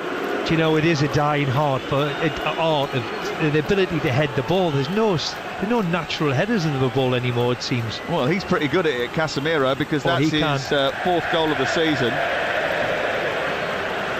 And Manchester United are now back on top in the game. They lead by 2-1. Semenyo going to take the throw in from the far side. We've played our 5 minutes of added time. There will be a little bit more to add here. Ball tossed in towards the near post, headed away by Diogo Dalot. Back in to the path of Semenyo left side. Tavernier joining now. His left-footed cross is into the box, aimed towards Kluivert, flicked away by Bruno Fernandes in the left wing position. Truffert volleys the ball back into the congested penalty area, headed away by Mount. Scott in the dead centre of midfield plays it back to Senesi. Down the left it goes into the path of Jimenez, who has his back to goal, tries to turn it into Truffert, whose low ball takes a deflection, and it's into the arms of Senna Lomans, and that should be the end of the first 45 minutes. The 45 minutes which Manchester United supporters very much enjoyed. Well, you can tell by the stadium. You can hear what they think of it. A terrific first 45 minutes, largely for Manchester United. The one slip-up cost them a goal, but they've been on the front foot, they've been on the attack. This is what they come to see here, that sort of football. And Manchester United, who are hoping to avoid losing to Bournemouth at home, becoming a bit of a Christmas tradition, have certainly gone the right way about their business tonight. Half-time, they lead by 2-1. And as he was going off at half-time, Bruno Fernandes geeing up the crowd, whipping up the crowd, and Casemiro applauding the crowd as well. I think it's so vital that Man United got back in front before half-time, and they've done just that. Man United lead Bournemouth 2-1, live and exclusive on TalkSport. And United legend Steve Bruce is with us on TalkSport this evening. It's a long, long time, Steve, since I said this. It feels like years since I said this, but Man United played some great stuff. They were fantastic in the first half. They certainly were. It was a joy to watch, wasn't it? And we were looking at the stats before the game over the last 8-9 games, looking at chances created and how they've done it and what they've done. Certainly at the top end of the pitch, the two lads of Bournemouth and COYI, and of course with Mason Mount for him, they are a big threat in the way they've played today in the first half in particular. I mean, you can hear by the crowd's reaction to it. That's what they want to see. They're on the edge of your seat. Yes, they've made a mistake for the goal. Defensively, they've still got to be a little bit better, but going forward, they were absolutely fantastic to watch. Well, Bournemouth have had a couple of chances, scored a goal. We'll get to those in a moment. On the first goal, there's one player who'll be gutted, and that's COYI, because he should score it. Ahmad does score it. Yeah, COYI, really big opportunity to just head it into the net, and the confusion from him missing it has made the goalkeeper parry it, bounced on the floor, and he's not going to have an easier tap-in header, is he, at all? So, yeah, but they thoroughly deserved the start. I think we had something like 6 shots in the first 10-15 minutes, which was quite remarkable. It was a lightning start from United, you're right. Then Bournemouth tweaked things and got back into it. The Tavernier one I want to talk about, because I think he really should score. You mentioned just a moment ago about, you know, the lack of really good headers in the game, and Tavernier's made a great run. He's found a load of space. He's got a free header, and he's got 2/3 of the goal to aim at, and he hits the keeper. He hits the keeper, but he was brave to get in there because he is really stretching for it. He's arrived late into the box, and really he just has to have it anywhere else rather than where he headed it, and he would have scored. But he was brave enough to get in there because it was 2 challenges coming in for him. So I feel for him a little bit because he was arriving late in the box, couldn't really steer it where he wanted to. You got 3 centre-halves. Should they smell the danger a bit more? I think both teams have struggled defensively, especially against set pieces, long balls coming into the box, corners. Certainly Bournemouth in particular struggled like hell with it, and Man United have made a mistake. They could have defended better, you know, in that left-hand side. I think the centre-half should have maybe been quicker across to try and make a challenge if he could, but it was the only mistake they made all game. Yeah, I mean, Semenyo with the equaliser. I'm looking at Luke Shaw a bit more, because on the touchline he's easily brushed off the ball, and I'm thinking, you're an experienced player, you're not a small man either, you've got physicality. He shouldn't be brushed off that easily, should he? Yeah, he'd be probably a bit disappointed when he looks at it, because the pace and power of Semenyo, nobody's going to catch him, so he needed any other centre-half to come across. I didn't think he did that quick enough, and I think he allowed him into a box to get into an area where he obviously scores from. Yeah, one apiece at that time. Actually, just before that, could have had one of the goals of the season with COYI, the turn and the lovely lofted ball in, and Bournemouth, he's got to hit the target. It should have been a wonderful goal. Well, I haven't been here and watched these two lads for obvious reasons. I've been at Blackpool and what have you, and it's the first time I've seen them live. But they are proper Manchester United players who we associate with. They get you off the edge of the seat. They're exciting to watch. You know, they have been absolutely terrific since they walked into the club. And you can understand now why there's a little bit of hope around, because at the top end of the pitch anyway, they look a real threat to any team. Well, United lead, and that goal on half-time, I mean, it's a shambles from a Bournemouth point of view. It's a corner, the Casemiro header, but the reason he's got that much space is Diakate is with him, loses him because he runs into another Man United player in the box, in the melee. Truffert jumps, he's got his eyes closed, he's just literally jumping up in the air. He's not aiming for the ball. It's a fullback's header, if you know, you'll know exactly what I mean by that. And the keeper's just a mess, and Casemiro scores. It's a shambles, isn't it? It's a bit of a shambles. They'll be really disappointed with their defending of at Bournemouth. After just getting themselves back into the game, they give a silly free kick away to start with. That results in the corner. They haven't been able to deal with the corner. A straight one in, the goalkeeper will look at it and think, could I have done better with that? I would certainly expect your goalkeeper to do better with it, but again, it's another free header in the 6-yard box. It is. It's been good from United, though, hasn't it? It's been very, very good, and very, very good to watch. But they're vulnerable as well. They are vulnerable, and you can see why Bournemouth are a threat to any team with a pace they've got at the top end of the pitch. So yes, they've got to defend better, but I have to say it's as good as I've seen Man U play for a long, long time. But I do doubt it's going to end 2-1. I think that's it's not going to end 2-1, is it? No chance. No chance. Absolutely not. Steve Bruce, United legend, is with us on TalkSport tonight. Man United leading Bournemouth by 2-1 at half-time, live and exclusive on TalkSport. Half-time in the Championship at Hillsborough. TalkSport, Alan Biggs. Yeah, Sheffield Wednesday 0, Derby 1. It could have been more than that. Chances for Derby to add. Bobby Clark blazed over, and Ben Brereton-Diaz was close with a couple of attempts towards the break. A pretty limp effort from Sheffield Wednesday so far.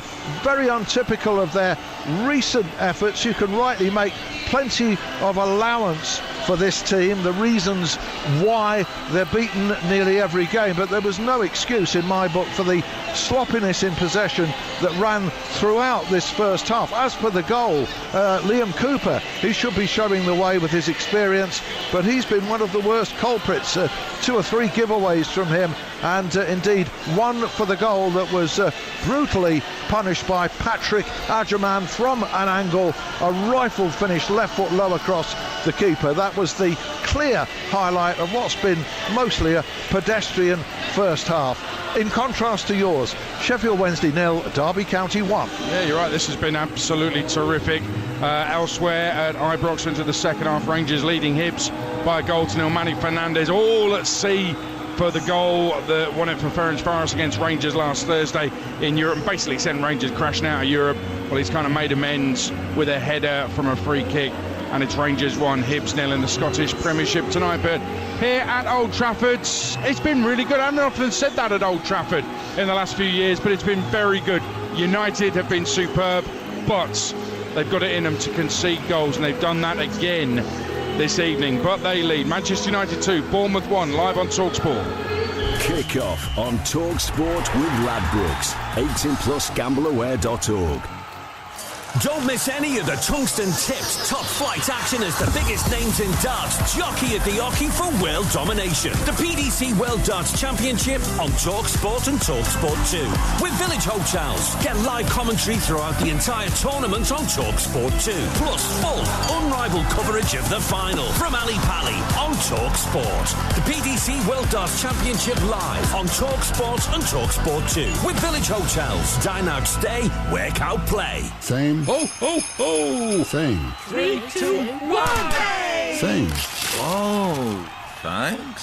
Same. What does Santa call his dog? Same. Same. One word. 3 syllables. Same. Same. Sorry, it's a bit dry. New plates. Ooh. Treat your table to something different this Christmas. Visit your local IKEA now. IKEA, the wonderful everyday. The beautiful game doesn't stop at the final whistle, and neither does the sun.co.uk. So you can go beyond the last kick with expert insight into the big moments and in-depth analysis of tactics, plus the latest breaking news and exclusives.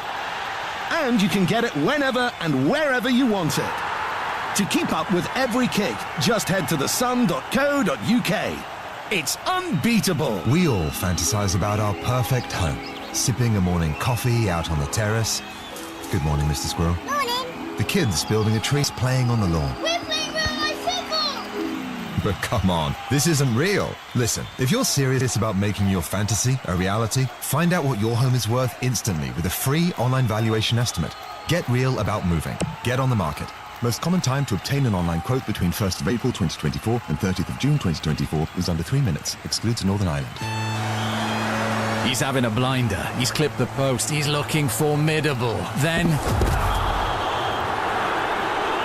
Substitution. His game might be over, but yours isn't. With Betfair's Safe Sub, your bet simply rolls onto the player coming on. Playing a different league with Betfair.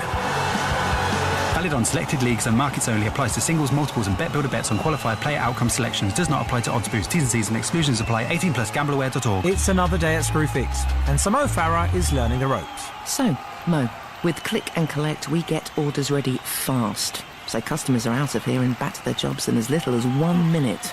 What are you doing? Cheap lunches. It's my warm-up. I need to be in peak condition for when orders come in. Love that intensity, Mo. Laser focused. You might even have what it takes to beat my PB one day.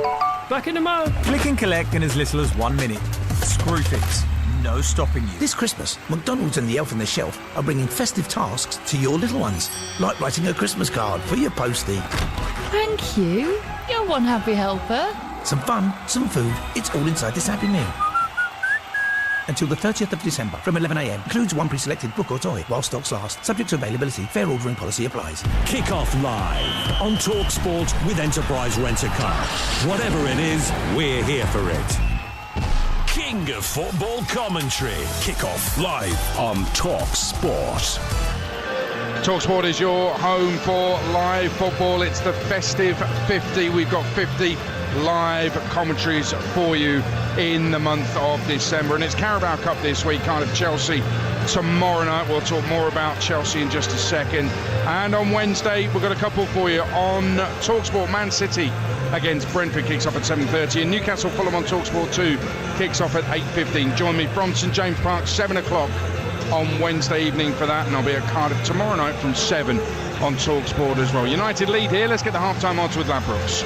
Odds update on TalkSport with Ladbrokes. Get a free bet every week of the season and a big boost every day. That's Ladisfaction. Minimum £5 bet. Conditions apply. 18 plus gambleaware.org. So it's Manchester United 2, Bournemouth 1, and right now you can get Man United to win at 2-9.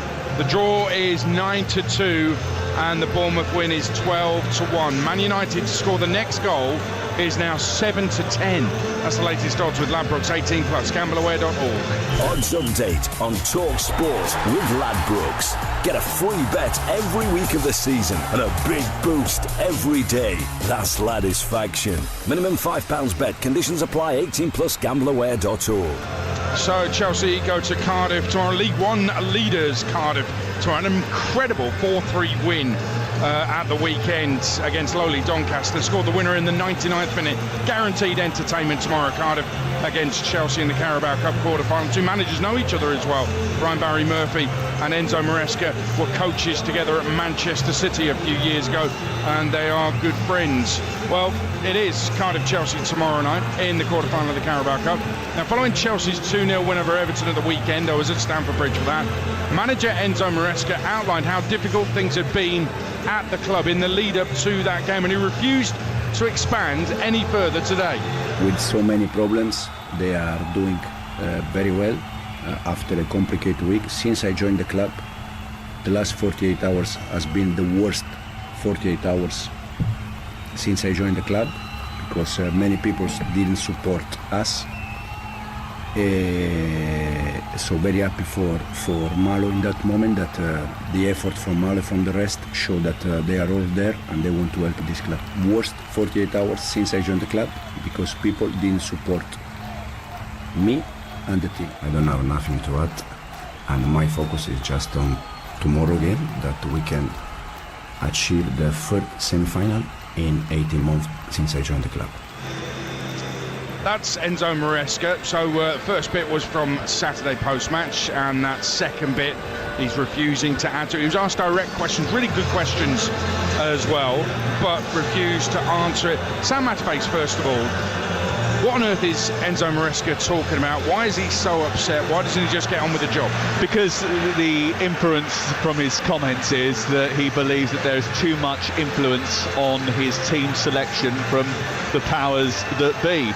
What I don't understand is that Enzo Maresca, having walked into the job at Chelsea, was unaware that that was going to be the case. Anybody who knows anything about Maurizio Pochettino's tenure at Chelsea knows that regularly the owners would turn up at the training ground, would go into the dressing room, would have robust views about who should and should not be in the team. In fact, one of the suggestions that the reason that Pochettino ended up losing his job was because he was told he had to play certain players at certain times. It's not a surprise. I just don't understand why he has decided to vocalise it right now. It is a war he cannot win. He was managing Leicester 18 months ago. He's now managing a club that won the Club World Cup.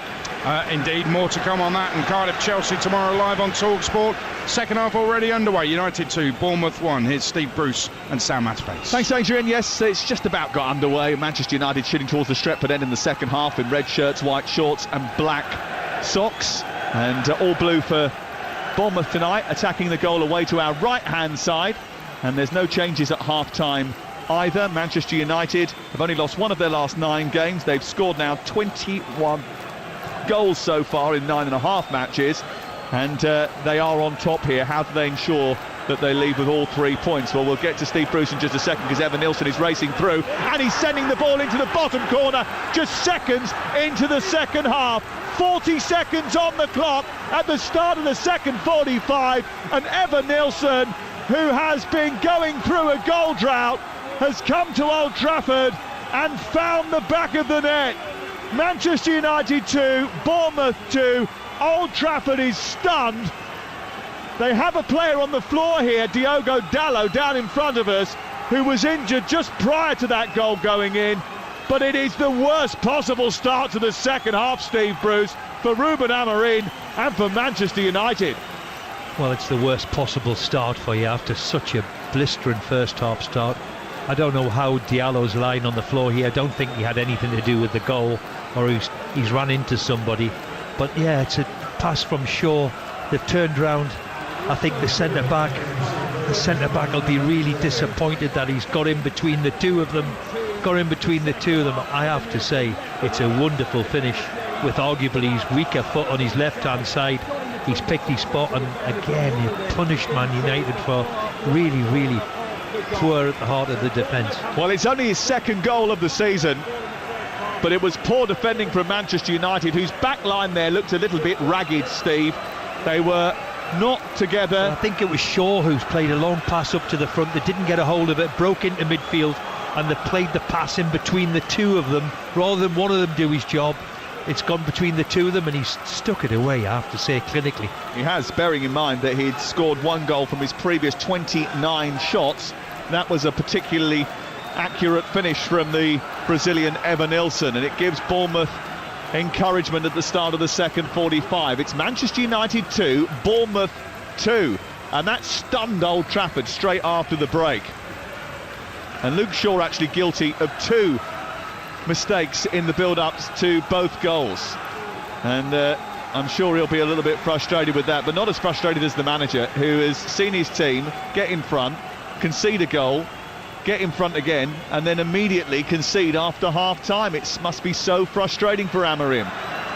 We've said how good they are going forward, but there's always been an edginess about them defensively, and this is the system maybe where the centre forwards got in between the two centre backs, and looks as if they're giving an awful free kick away. The poor place for Manchester. Yeah, well, Lenny Yoro the guilty party this time. Evan Nilsson, by the way, scoring his first goal since August. It's a big boost for him. I think it was Fernandes who gave the foul away, but he's furious with Lenny Yoro for the pass that he played into him.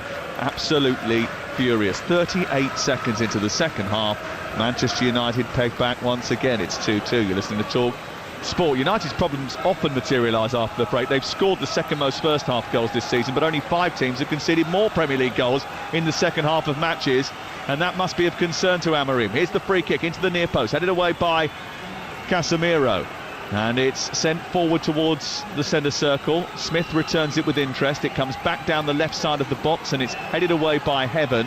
Into the air goes Truffert, threw himself at the ball high up into the night sky, and then nodded on by Mount into the path of Cunha, and it's cleared back the way, and it'll be retrieved by Lenny Yoro under pressure from Evan Nilsson. He hooks it over his shoulder towards the halfway line, chested down by the Argentine Senesi, headed further clear by Fernandes, and it goes up towards Mbeumo, who now will try and drag Manchester United up the pitch. He gets over the halfway line. He's got 5 for company, all in blue shirts. They need to find a red one. Cunha does that by getting it out to Dalot. It was squeezed a little bit behind him. Dalot comes back into centre field, and Bruno Fernandes, whose heavy touch gives the ball away, and now Tavernier is bursting through again, and he's got Evan Nilsson and Kluivert for company this time, and he's still going. He goes down eventually from Casemiro. That's going to be a yellow card for Casemiro right on the edge of the D.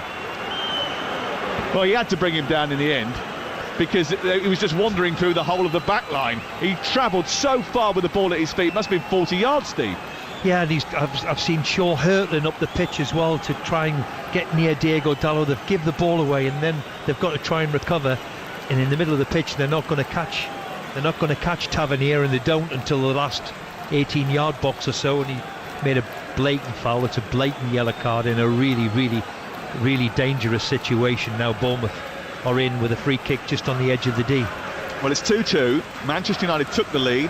Then Semenyo scored 5 minutes before the break. Casemiro on the stroke of half-time. And then straight from the restart, Evan Nilsson managed to score for the visitors Bournemouth. Ruben Amorim looking pensive on the near touchline, and they've been missing that from Evan Nilsson, that clinical finish from the edge of the box. He'll be delighted to have the goal. They've got another opportunity here to get on the score sheet, Bournemouth. They have a free kick a yard back from the edge of the D. They've got Adam Smith in attendance here, and it's Manchester United 2, Bournemouth 2. Senna Lomans lining up the wall, juggling around on the edge of his goal line. Kluivert and Tavernier standing over it. It's going to be Tavernier who strikes it, left-footed, through the wall, into the corner, and Bournemouth have turned it around, and they lead! Tavernier with the goal. It's a brilliant strike that goes through the wall and into the far corner. It beats Senna Lomans, and from 1-0 down and 2-1 down, Bournemouth are now 3-2 up at Old Trafford. Yeah, and the goalkeeper's got caught, hasn't he? He's thinking about going over the wall, and as soon as he takes a step to go that way, Tavernier's put it in his side. You can't really do that for a goalkeeper. You must protect your side and let the wall do the job. If he gets it over the wall and into the back of the net, then okay. But to go on your side, unfortunately, big, huge mistake from the goalkeeper. Well, Manchester United have got themselves in front twice, and now they find themselves behind, and they've only got themselves to blame. It's individual errors that have cost them. Shaw twice, and now Senna Lomans not covering the far post. He went down too slowly. He stepped across. I think it's that classic one. Once a goalkeeper puts his weight there, he hasn't trusted his wall. He thought the ball's going to go over the wall. Hasn't done. It's gone in his side. He'd be really disappointed when he sees it back. Oh, Manchester United now have got some serious work to do. What was it last week against Wolverhampton Wanderers? First half not so good, second half very good. First half very good this week, second half, well, it's been abysmal 7 minutes so far for Manchester United. They've gone from 2-1 up to 3-2 down in the space of 7 minutes of the second half. How on earth does that happen, Steve Bruce? I really don't know, but I would love to know how many. Bournemouth have now scored 3 times at Old Trafford in the last 3 years, haven't they? Something like that. Quite always incredible. in December. Wow. I told you it's becoming a Christmas tradition. Here is Smith into Diakite. I'll go through the two lineups in just a second. We're supposed to reset those after half-time, but we haven't had a chance because both these two teams have been gifting us incident after incident. United have got Lomans in goal, Yoro, Heaven and Shaw, Ahmad and Dallo as the wing-backs, Casemiro and Fernandes in the centre, and Burmo, Cunha and Mount up top. They have been swinging round into a 4 when they're defending, and they are building up in a 3. It's a slight tweak to the formation, but not a complete change.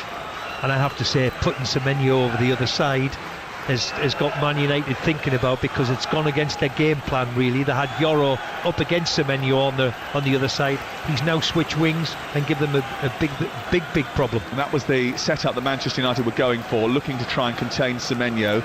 He then switched to the other side, and Manchester United haven't had the answer to that. 3-2 the score in Bournemouth's favour, and Senna Lomans, who's had a very good start to his Manchester United career, has I think made a little mistake here, which has cost them dear.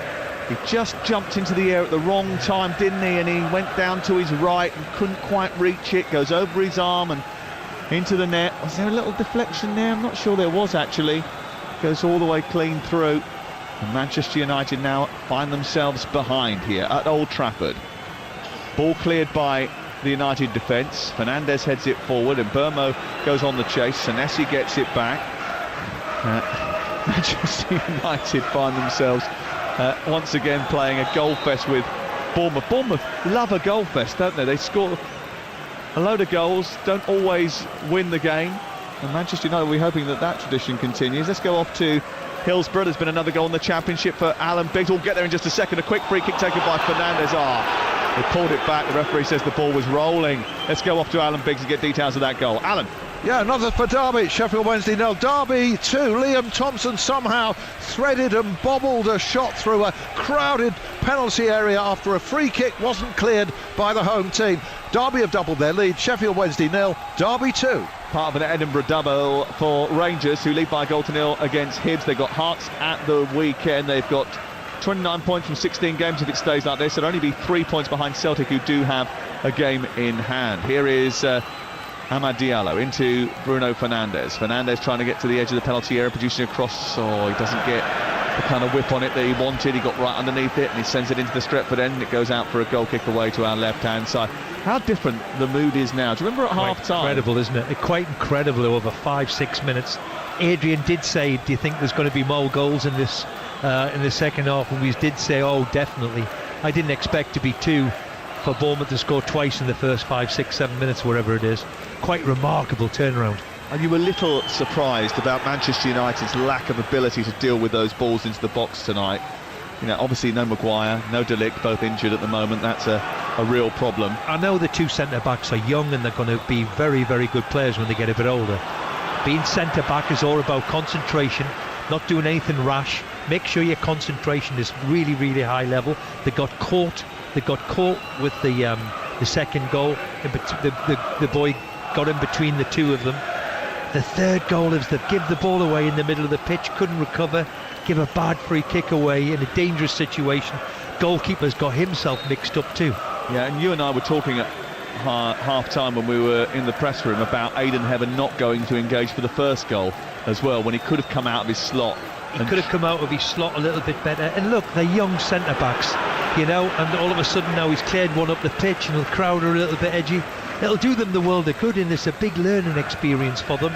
But really, it's all about that concentration levels, and they're going to be tested to the limit at the moment now. Much better second half from Bournemouth, who have played in a more aggressive and controlled manner in this second 45, and credit has to go to Andoni Iraola for that tactical switch in the first half, which did turn the tide actually when Semenyo came out towards this near side. 58 on the clock, Manchester United 2, Bournemouth 0. Bournemouth in possession on the halfway line.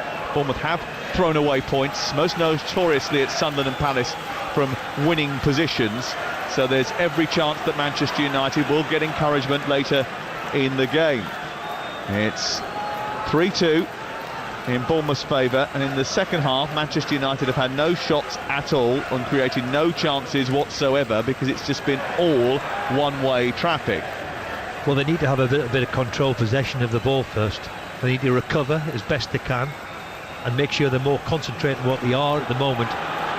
Here is Lenny Yoro striving forward, the ball over the halfway line. It's picked up by Amad, who looks to go down the outside of Jimenez. He gets to the byline, produces a cross into the box. It's overhit and it goes all the way out the other side, and Mason Mount is chasing it. He's not going to be able to keep it in, but he went all the way to the perimeter of the playing surface, and the ball just runs out of play and goes out for a throw-in level with the edge of the 18-yard box. 2-3 in Bournemouth's favour, just coming up to the hour mark. Bournemouth statistically have got one of the hardest runs over Christmas and the New Year period, so they'll be desperate to pick up some points. They face 4 of the Premier League's top 8, whilst also travelling to Brentford, who have one of the best home records. They host Spurs as well, who have one of the best away records statistically, well, until yesterday. Shaw wins it back inside his own half, turns it infield towards Lenny Yoro. The Old Trafford crowd want them on the front foot again, as they were for large parts of the first half. Yoro gets it back again on the halfway line. Heaven takes over. It's infield towards Bruno Fernandes, who in the centre circle doesn't really see a route out because Scott was pressurising him so well, and then the ball is given away by Cunha as they play it forward, and well, before Kluivert can get into his stride, Heaven has won it back. Now Manchester United knitting some passes together, getting to the halfway line. Dalot didn't play it first time into Mount, and they didn't like that, the Old Trafford crowd. It has been switched by Mbeumo, out towards Amad, back to Mbeumo, edge of the area, pokes it to Fernandes, slipped over the top. Amad allows it to come down, goes across his body. Here comes Casemiro. It's chaos inside the penalty area, and eventually Diakite will clear it up towards the halfway line, and Semenyo will try to wriggle free. Well won by Shaw, who turns it over once again. He powers forward down the left-hand side. It comes to Dalot, back to Shaw, chance to cross. He chips it towards the far post. It was inaccurate, didn't find a red shirt, and it was headed clear by Bournemouth's Jimenez. And then there was a foul given away against Amad after pressure on the far side on Kluivert. Let's go off to Alan Biggs at Sheffield Wednesday, another goal. Yeah, the Rams are rampant. Sheffield Wednesday 0, Derby County 3. It's a second for Patrick Adjaman. Good work down the left from Rian Brewster. Very strong, got the cross in, and it fell to Adjaman. Couldn't miss. Second of the game. Sheffield Wednesday 0, Derby 3. Can you hear that? That is a standing ovation across the whole of Old Trafford. Not for someone who's done anything over the last 60 minutes, but because of the introduction of Kobbie Mainoo. A favoured son of the Stretford end comes in to replace Casemiro for the final half hour. Steve Bruce. Well, the one thing he will be able to do is give a bit of legs in the middle of the pitch, because I have to say Bournemouth at the moment are really rampaging through the middle of Man U. They keep giving the ball away, so you'll give a little bit of athleticism to the middle of the pitch, which they need to do. I have to say Bournemouth all over the pitch, especially the front four, are really great ability to run with it, are very quick and powerful, and so is the two midfield players. Well, this is interesting because we've got a delay in play here whilst Jordan Petrovic ends up getting some treatment away to our left-hand side. A hack rather unkindly said he was Jordan petrified from that Casemiro header. He certainly was. When he looks back at it, you think, what the hell have I been doing there? Well, it's Manchester United who've had scary moments at the start of the second half. Evan Nilsson with the first of, there's 2 goals in this second 45, and then Tavernier's free kick which beats Senna Lomans down low to his right hand side, and Manchester United have gone from winning this game to losing this game in the blink of an eye. Well, the Cherries' only away win so far this season came at Spurs, and that day their goalkeeper got through a lot of work. He might have a lot to do in the latter stages of this game, because Manchester United will be urged to go on the front foot, especially with this Old Trafford backing. Mainoo on as they look to try and wrestle control back of this match, which has ebbed and flowed throughout the evening. Started with Manchester United on top.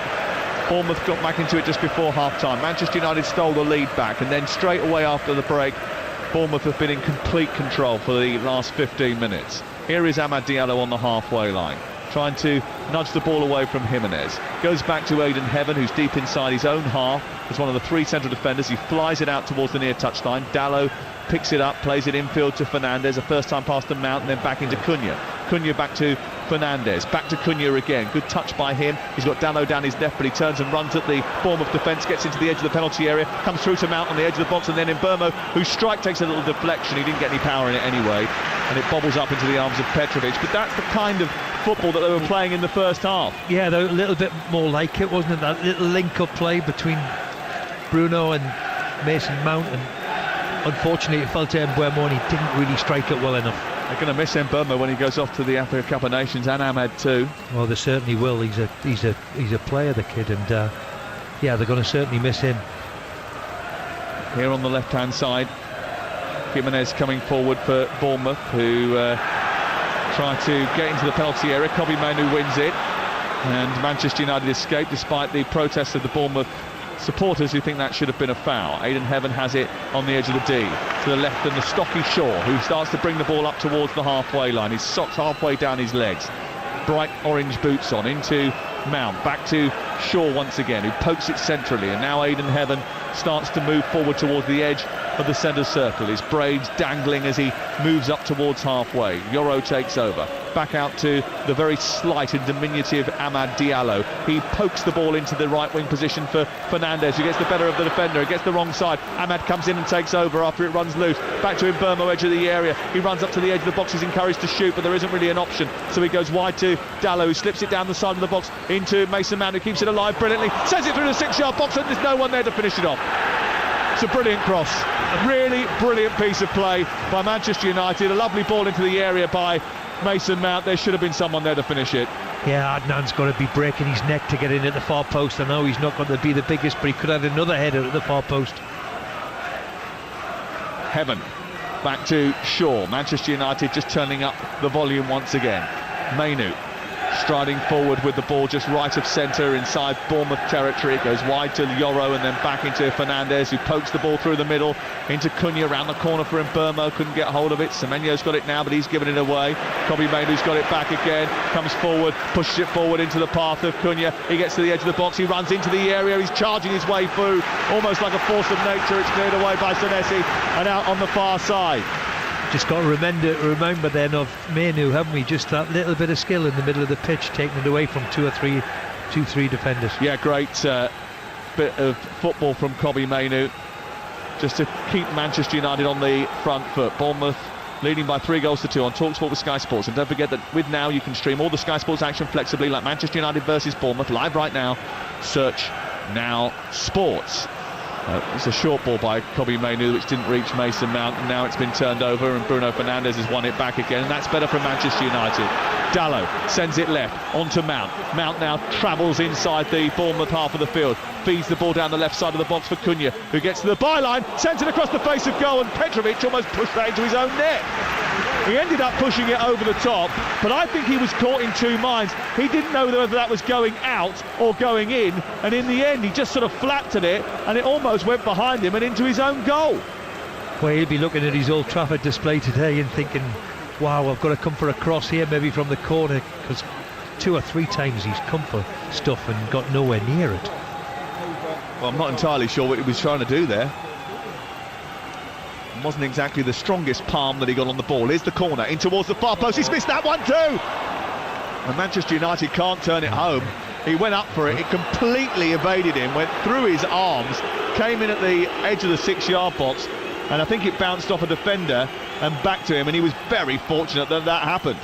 Oh, he was very, very fortunate again, wasn't he? Anything in and around him at the moment, he's struggling to deal with it. Well, if you're Manchester United, you just keep testing him, don't you? Oh, they will do. They will do, because it's been their Achilles heel, has been the crosses in put into the box from either free kicks or corners. He's been very, very lucky there, hasn't he? I mean, the foul's been given against Manchester United. I don't understand what for. I mean, heaven... We see this week in and week out now. There's going to be physical contact, and it always has been, always will be, from a corner where people are going to bang into each other, and you've got to simply deal with it. And he's struggling at the moment with it. Lisandro Martinez about to come on for Manchester United, as Amorim just gives a little bit of tactical instruction to 1 or 2 of the players. Looks like Benjamin Šeško's coming on as well here, as they need a goal. Back from food poisoning and an injury. United be delighted to have him back and available and ready to come on here. So it's going to be Lisandro Martinez and Benjamin Šeško who come on. Let's see who's coming off for Manchester United. Let's have a look. I'm going to guess Lenny Yoro comes off for Martinez. Another change of centre-back. I know you like that, Steve, don't you, the changing of the defenders? Yeah, I can understand that you want to get some game time into Martinez, but I really, really can't understand why you would change defensively. But look, I'm sure that Martinez needs game time. That's a strange one, because I thought Mount was playing very, very well, but he's obviously made a big call, and you analyse from afar. I always analyse what the head coach does, and interesting to see what sort of formation he's going to go to now. Well, I don't think he'll change much. He's just going to change personnel. He wasn't going to take off Mbeumo because this is the last he's got of him, I suppose, and he's been playing quite well. He's not going to take off COYI, and he's probably not going to take off Fernandes. Now, and it looks as if are there going to be a 3 or a 4 now, where they've got Dalot to right back? I think they maybe. Look short to left back. Let's keep an eye on it. Here's Gallo building up as the 3rd centre half at the moment, taking the ball forward and playing it out towards the slender figure of Kobbie Mainoo. It's chipped over the top to Shaw, who's on the edge of the penalty area. His low ball into the box comes back to COYI. He plays it against the defender. It then bounces to Mbeumo and he sends it over the top of the crossbar. Now, there was an accusation of a handball there against Alex Scott as the ball came off COYI. He turned his back, it hit the side of his bicep. It definitely wasn't a handball, but Mbeumo should have scored from the rebound. Yeah, he'd be disappointed with that. We've raved about how his performances. He's had 2 wonderful chances, hasn't he? Which he just hasn't taken. I would expect him to take that. A really great opportunity. Leaning slowly back over it. Nah, you can't get a penalty for that, can you? He turned his back. Did he lift lift one of his hands though and palm towards the ball. Just have a look at this little hand. The left hand comes out, and that's across his body. Interesting. Referee has said no penalty. VAR has seen no clear evidence to overturn it, but Mbeumo should have scored anyway. It should have been a moot point, shouldn't it? Here is Fernandes flying the ball out to the far side, chested down brilliantly by Dallo. He's got support on the right from Ahmad, but sends it centrally in towards Cunha. Good header away by Diakite, back forward by Fernandes. Not entirely sure where he was going with that. It's going to go into the right full-back position where Adam Smith will clear high into the night sky, and it will run over the halfway line and out of play for a Manchester United throw inside their own territory. 20 minutes to go before the end of the game. It is Manchester United 2, Bournemouth 3, live on TalkSport. Tomorrow, Cardiff, Chelsea. Wednesday, Newcastle against Fulham is on TalkSport 2. Manchester City against Brentford. The other quarter-final from the Carabao Cup. It's a big week of Carabao Cup action. If you're wondering where the other quarter-final is, well, because of Crystal Palace's involvement in the Conference League on Thursday night, live on TalkSport 2, we had to move that one to the 23rd of December. That's on next Tuesday night. Of course, it'll be live on TalkSport. Foul on Kluivert, which gives a free kick to Bournemouth, and it's going to be a free kick just short of the centre circle away to our left-hand side. And Manchester United, when winning at half-time at home in the league since May 1984, have played 388 games. They've won 355 of them. They've drawn 33 of them. They have never been defeated when ahead at home in the league since May 1984. Wow, that's some statistic. Yeah, but they haven't lost yet.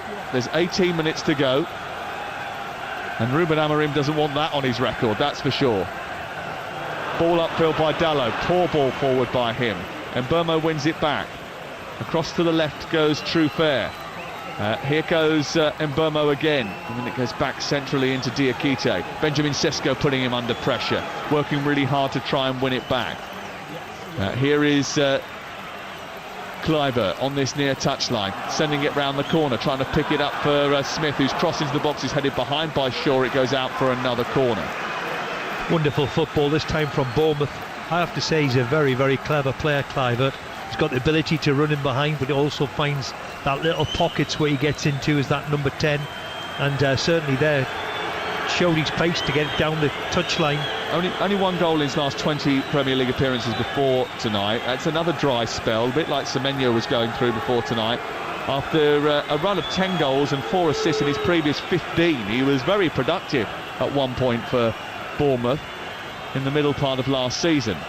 They have a corner here, which will be sent in over on the far side, and the delivery will come in from Kluivert in towards the near post. Oh, and it wasn't well dealt with by Heaven. Eventually now Mbeumo gets it away, and Manchester United can counter-attack at pace here, and they've got numbers over, and Sesko's going through the middle, but Ahmad is the one controlling the play. He runs up over on the far side, the right. He crosses the ball towards the back post. There's a collision off the ball that the referee hasn't punished. Mbeumo down the left. Oh, he's played it poorly into Shaw. It goes straight out of play. And then Fernandes says, well, you've got to bring it back. He didn't, because there was a collision off the ball, because Manchester United had the ball. They played the advantage. Manchester United messed it up. Yeah, you can certainly see why the referee let it play on, because obviously United were in a dangerous situation. But unfortunately, he's missed the pass, hasn't he? He's missed the pass, big style, Mbeumo, unfortunately. Yeah, I don't think the ball from Ahmad was particularly good. But then Mbeumo's got to either play it into the feet of Shaw, or he's got to feed Cunha, who'd run beyond him. He didn't do either of those two things, and Manchester United's attempt comes to nothing. Cunha, now Kobbie Mainoo, into Benjamin Sesko, who's galloping forward here, tries to take on Senesi, who stands in his path and does well to defend the ball on the floor, slides in, knocks it out and away for a throw to Manchester United, who are trying to come on strong here, but Bournemouth are repelling them at the moment. After conceding 2 goals in the first half, they have hardly created much in the second. The only attempt that they've really had was the one from Cunha, which was tipped onto the bar by Petrovic. Ball forward into Cunha this time. He tries to get round the corner and shoot from distance. It's flapped out by Petrovic, comes back out to Fernandes, played against the defender. That was a handball by Smith. That's going to be a free kick on the edge of the penalty area. Well, that's certainly a free kick. And Bruno's the first one to take the ball, isn't he? I wouldn't be surprised if he's taking the free kick as well. Well, he was wandered into a productive spell, Bruno. 2 goals and 6 assists in his last 8 Premier League games. He's created the most chances in the Premier League. He's grabbed the ball immediately and wants to take this free kick because it's Manchester United 2, Bournemouth 3 on TalkSport with Enterprise Rent-A-Car. Here for it. Book now at enterprise.co.uk. 41 years since Manchester United were leading at home in the league and didn't win. Or ended up losing. Here's the free kick then, right on the edge of the box. I think the goalkeeper will be disappointed that he didn't keep a hold of the initial shot as well. Oh, he flapped it, didn't he? Yeah, he just got something on it. Should have really caught it for me. 14 minutes to go. And a free kick. Oh, that's a yellow card here for messing around in the wall. And it's Senesi, I think, who gets the yellow card there. He was arguing with Simon Hooper, who eventually got a little bit frustrated, and that's going to be a yellow card. They've got a draft excluder, a 4-man wall. It's just left of centre, this. And Bruno Fernandes has got to try, and it's a bit close to the edge of the penalty area. He's got to try and either get it up and over the wall into the near corner, or try and test the goalkeeper at the far post. I think he'll try and draw this down towards the near corner. He hits it towards the far corner and scores a terrific goal. Manchester United are level, and it's Bruno Fernandes, a right-footed shot into the top corner of the net. It is fantastic from the captain, who steps up at the right moment with the right delivery to make it United 3, Bournemouth 3. That is a Christmas cracker. Oh, well said, Simon. How can people doubt this fella? I mean, what a wonderful free kick that is. Right into the top corner where the goalkeeper, we should have been maybe standing, but no goalkeeper's going to save that one. Absolutely wonderful strike from a really, really talented player. That is an absolute superb finish from Bruno Fernandes. I know it's gone over the goalkeeper's side, and you can say the goalkeeper shouldn't get done, but he's nowhere near it. He's a yard away from it. It was that good in the execution. It was a brilliant finish. It's so good. He's nowhere near it. It's flying into the net. He's so far away from it. It was in a different postcode. Maybe 2 goalkeepers wouldn't have saved that one, I have to tell you. It was such a good finish from Bruno Fernandes. And Manchester United are back all square. What a brilliant game of football on TalkSport. It's part of the festive 50, and this is going to be one of the standouts. Manchester United 3, Bournemouth 3. Emma Nilsson is off. Junior Krupi is on, as Bournemouth go in search of a goal which might put them back on top again. Listen to this Old Trafford crowd. Vibrant atmosphere here.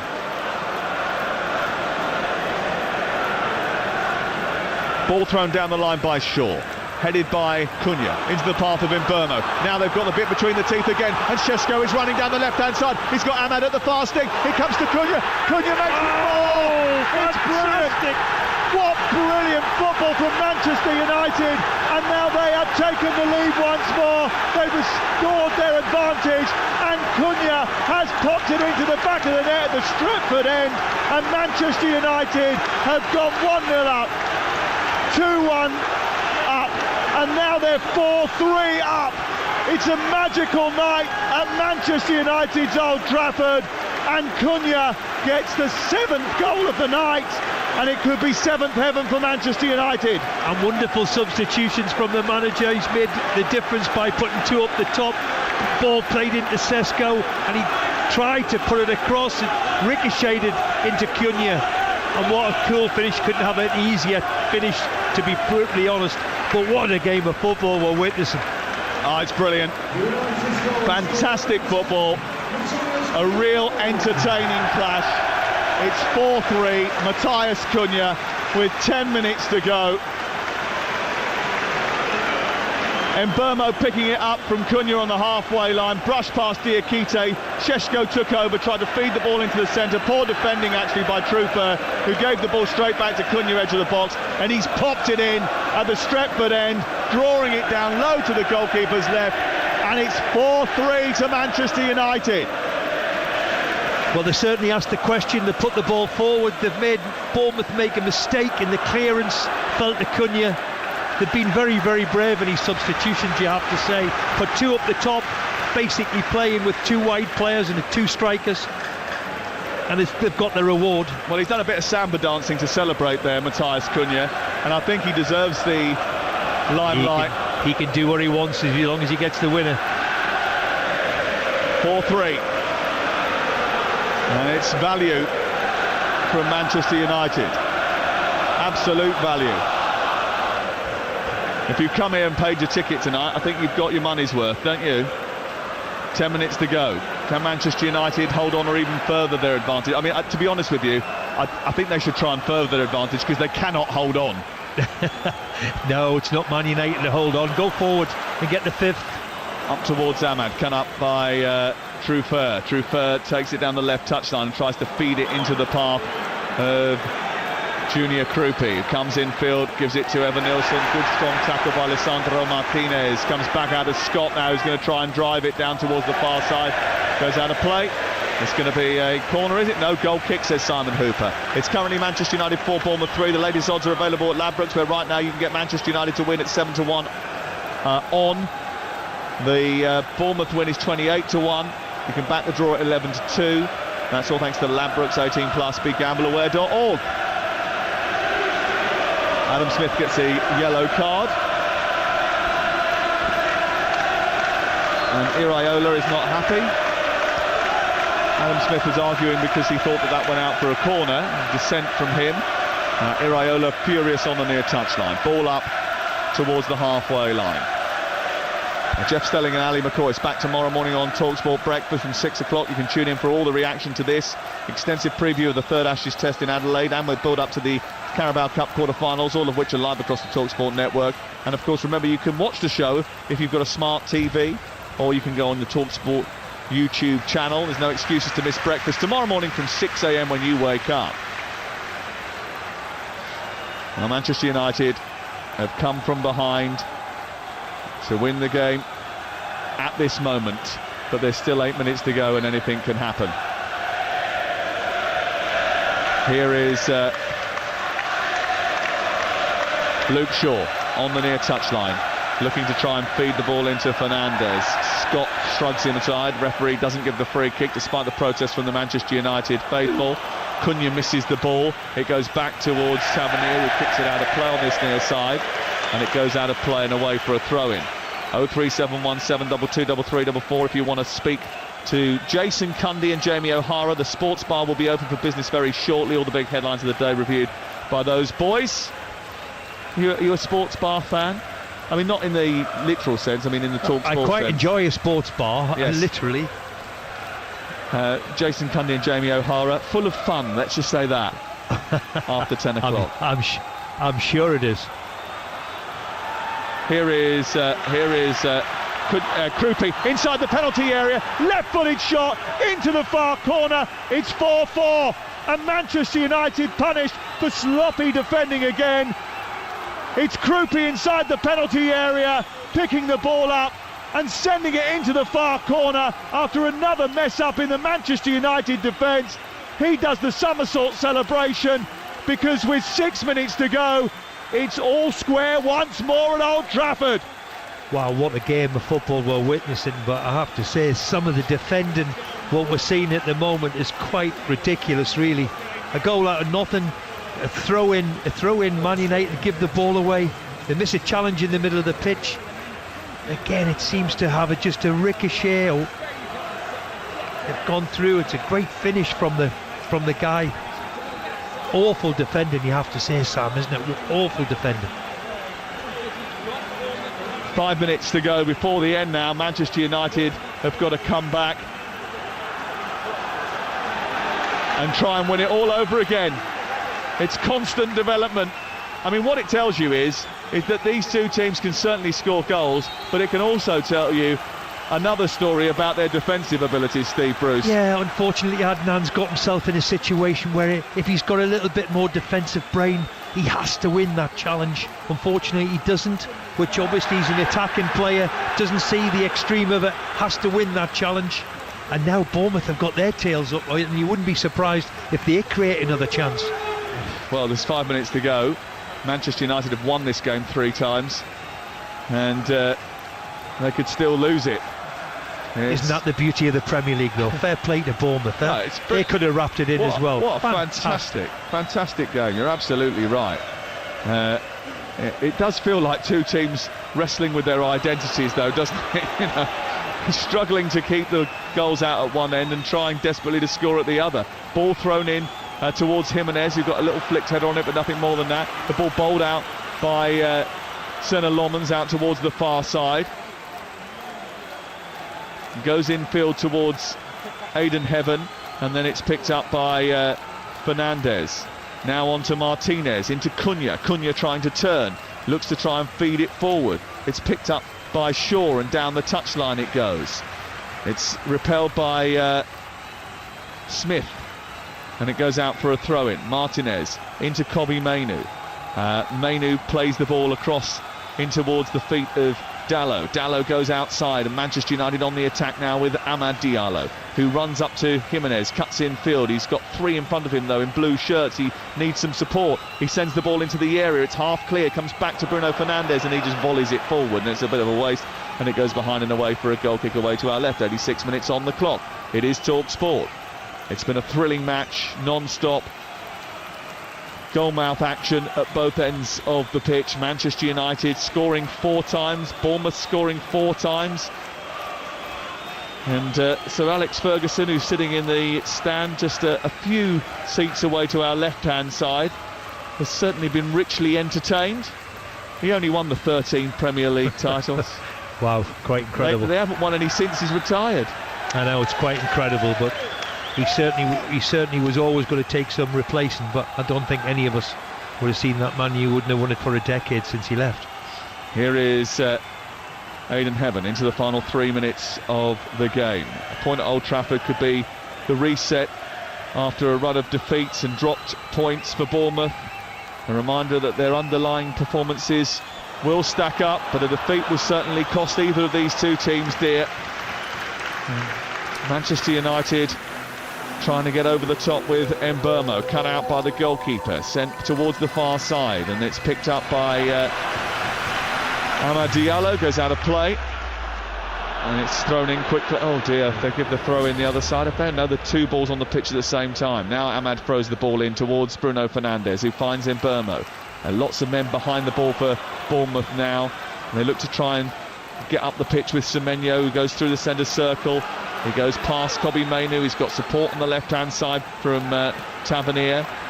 He tries to play it infield.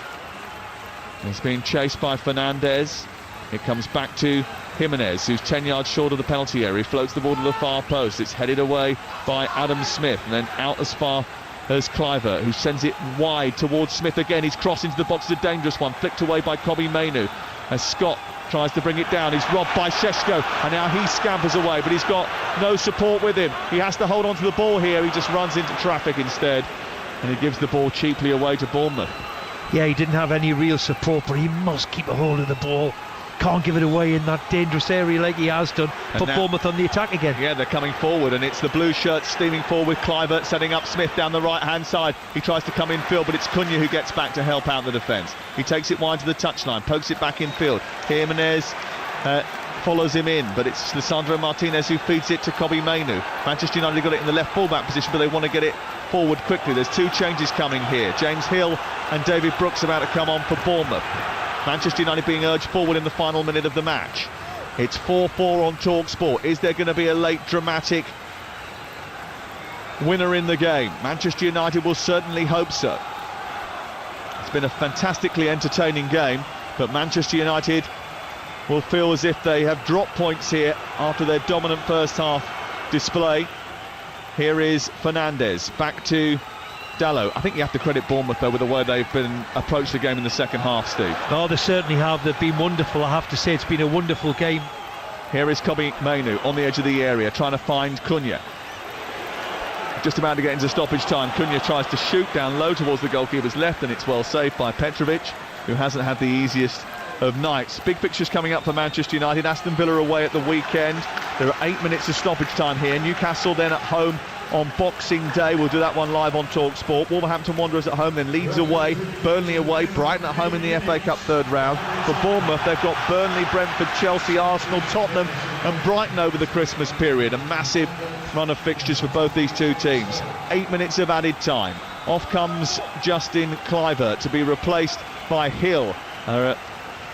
Regressive substitution because Hill will go into the back line and Brooks comes on for Tavernier. That's more like for like switch.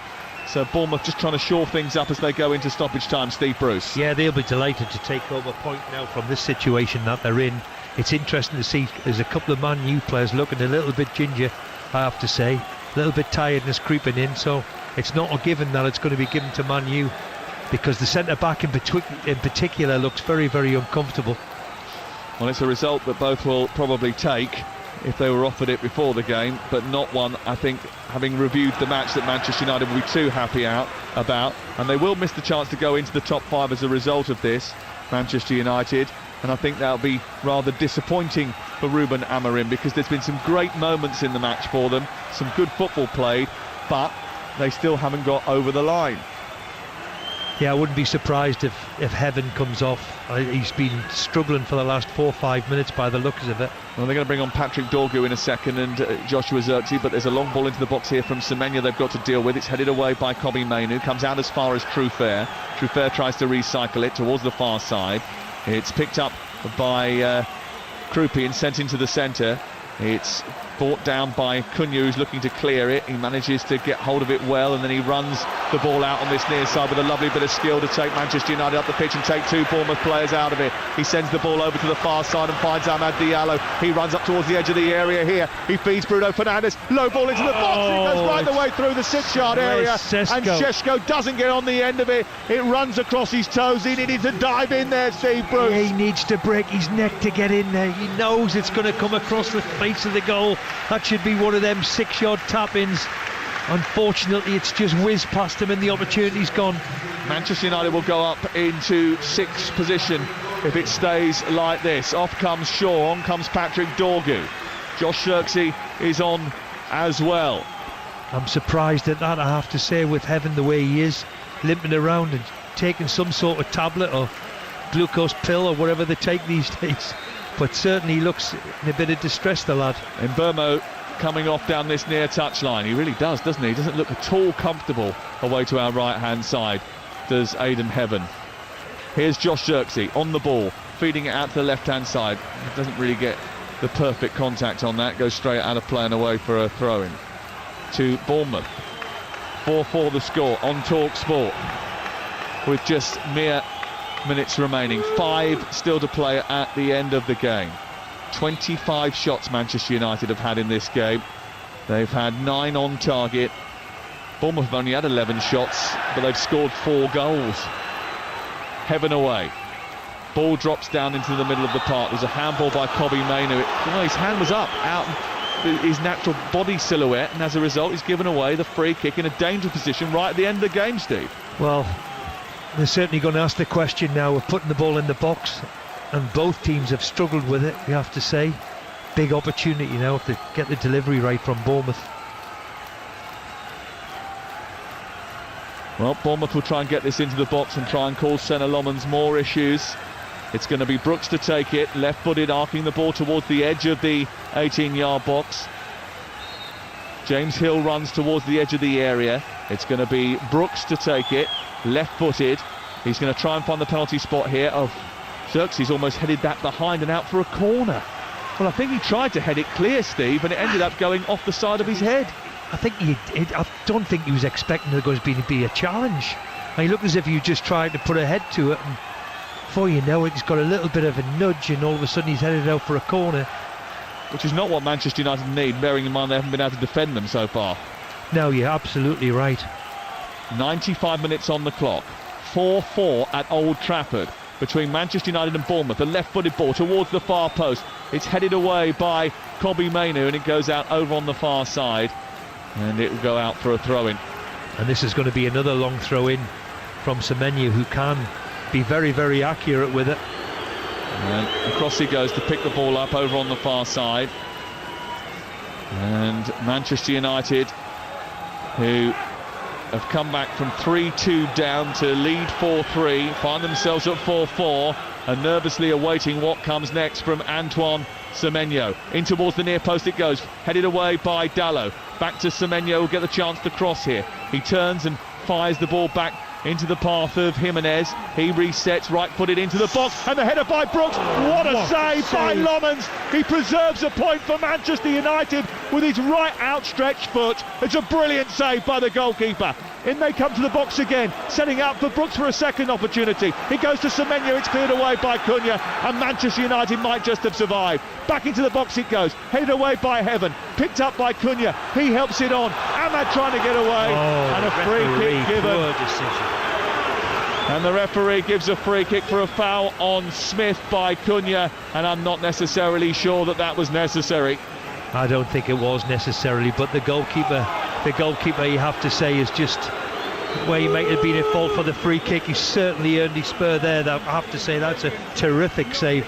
Brilliant curled ball into the box by Jimenez, a diving header and a right-footed brilliant clearance from Senna Lomans, who stretched out his right leg and just about helped it away from the goal. It's a super stop at the end of a super match. Well, defensively, it's not been great on both sides, has it? But it's added to a wonderful spectacle, you have to say. It's been terrific to watch. And I don't know what's going on here, where the player probably has to go off. Well, because he's gone down there. He's been sent off the pitch to get treatment. He's obviously got blood, yeah. I think bleeding from his nose. Rob Jones is being spoken to. They're down to 10 players as they attack this final free kick. 97 now on the clock. He's got blood in his mouth, Adam Smith, that needs to be sorted out. The referee says that he can't come back on until that's dealt with.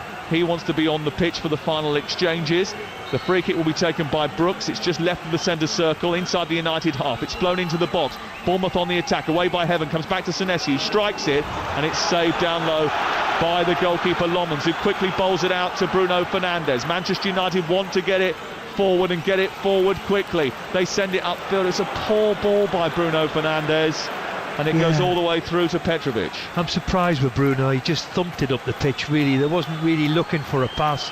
It's okay making a long pass, but it was like a punt up the pitch, wasn't it? Went straight through to the goalkeeper. Well, if it ends level, the narrative always shifts fast at Old Trafford. I wonder what the feeling would be. Classic match, classic Premier League game, full of incident and full of goals. But United will feel as if they've dropped a couple of points here.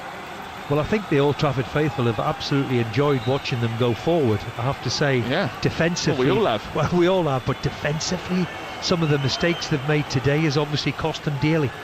Semenyo heads the ball into the air. The ball goes out of play on this near side. It's a Manchester United throw, and they want to get it moving quickly. Quick, says Dorgood, give me a ball. Martinez thrusts one at him. He goes down the touchline. We've played our 98 minutes. They get it forward, up in towards the edge of the penalty. It's an up and under, which Truffert tries to deal with. It drops in a Manchester United area, and it's picked up by Fernandes out wide towards the right. One last attack possibly for Manchester United.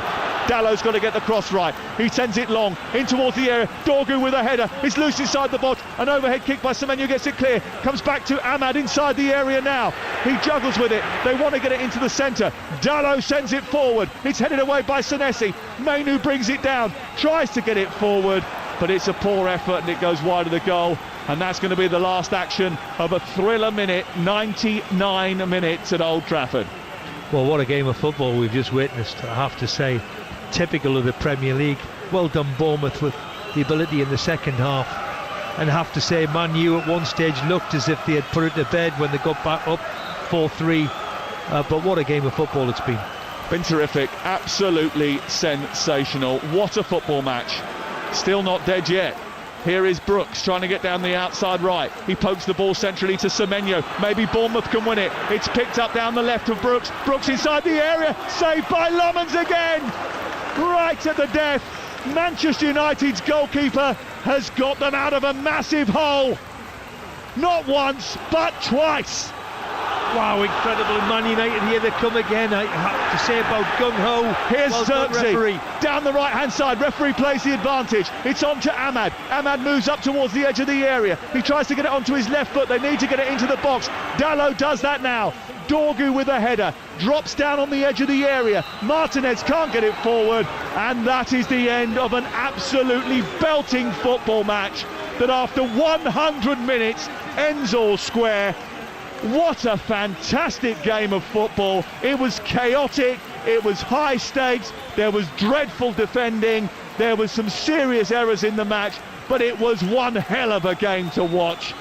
No team claims the points, both claim a bit of applause. Football has been the winner, I'm afraid, but maybe Bournemouth and Manchester United will rue the fact that neither of those teams are. It was brilliant, absolutely brilliant. I wonder what's to come for the rest of the season for these two teams. They shared 8 goals. Manchester United led 1-0. They led 2-1. They led 4-3 after going 3-2 down, and somehow only escaped with just a point. And they only escaped with just a point because their goalkeeper made 2 brilliant saves in stoppage time. United 4, Bournemouth 4. What a game. It was the game nobody wanted it to end. When that final whistle blew, you just wanted it to go on and on and on. Next goal wins. That's what they should have done tonight. Next goal wins. That would have been the way to solve this puzzle.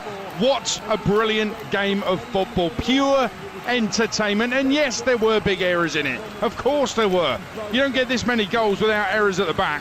However, it was pure entertainment. I mean, there is going to be a narrative, Steve Bruce, about Ruben Amorim, that they've fought back, they've gone back in front, they lead by 4-3. They should be able to hold that lead. But should we put some context on that? Because De Ligt is out, Maguire's out. You stick those two in this team, Steve Bruce, yes, and surely they get the win tonight. Well, you'd like to think so. Obviously, the 2 young lads who are playing central defence for them will learn from the mistakes obviously they've made this evening. But United were so gung-ho when they've made the changes. They could have lost it in the end. The goalkeeper's made 2 great saves in the last minute of added on time, in the 98th and 99th minute. He's having to really make 2 really, really great saves. But as a spectacle, you're absolutely right, Adrian. It was a wonderful game of football. But the Man U faithful have gone away thinking, wow, we've played so well in stages and spells of it, but defensively we've got to be better.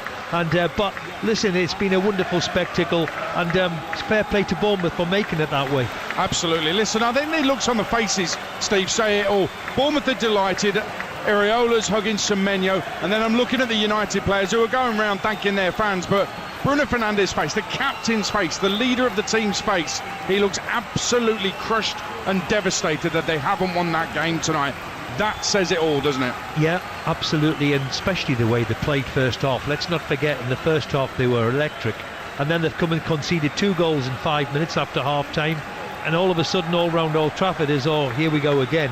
Thankfully they've had the resilience to come back and mount a fight back, and with a wonderful free kick from the captain, then they've got a little bit of a break on the halfway line, and all of a sudden they're winning 4-3. But fair play to Bournemouth, they've come back, and then they've had 2-3 wonderful chances themselves. They have just a magnificent, truly magnificent game of football. You can get your calls into the sports bar, 03717 22 33 44. Time now, though, for us to pick our man of the match with Enterprise Rent-A-Car.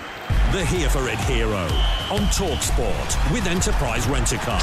Whatever it is, we're here for it. Well, Steve Bruce, United up to 6th in the Premier League table. They missed the chance to go 5th in the table. That's what would have happened with the win. But it's finished United 4, Bournemouth 4. Who is your man of the match? Well, I'm going to have to go for Cunha, I think. Just everything in the first half. And Buemo's a close, maybe second. I have to say I thought he was terrific all night. I think there's some good choices there. Somehow I knew it wouldn't be a defender. So, and spot on as well. That was our Here For It hero, man of the match from today's game with Enterprise Rent-A-Car.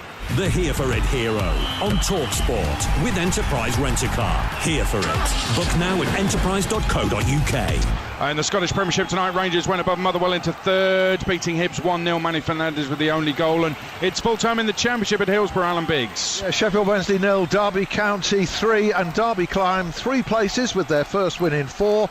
They're only 4 points off the top 6 now. Such is the compactness of the Championship.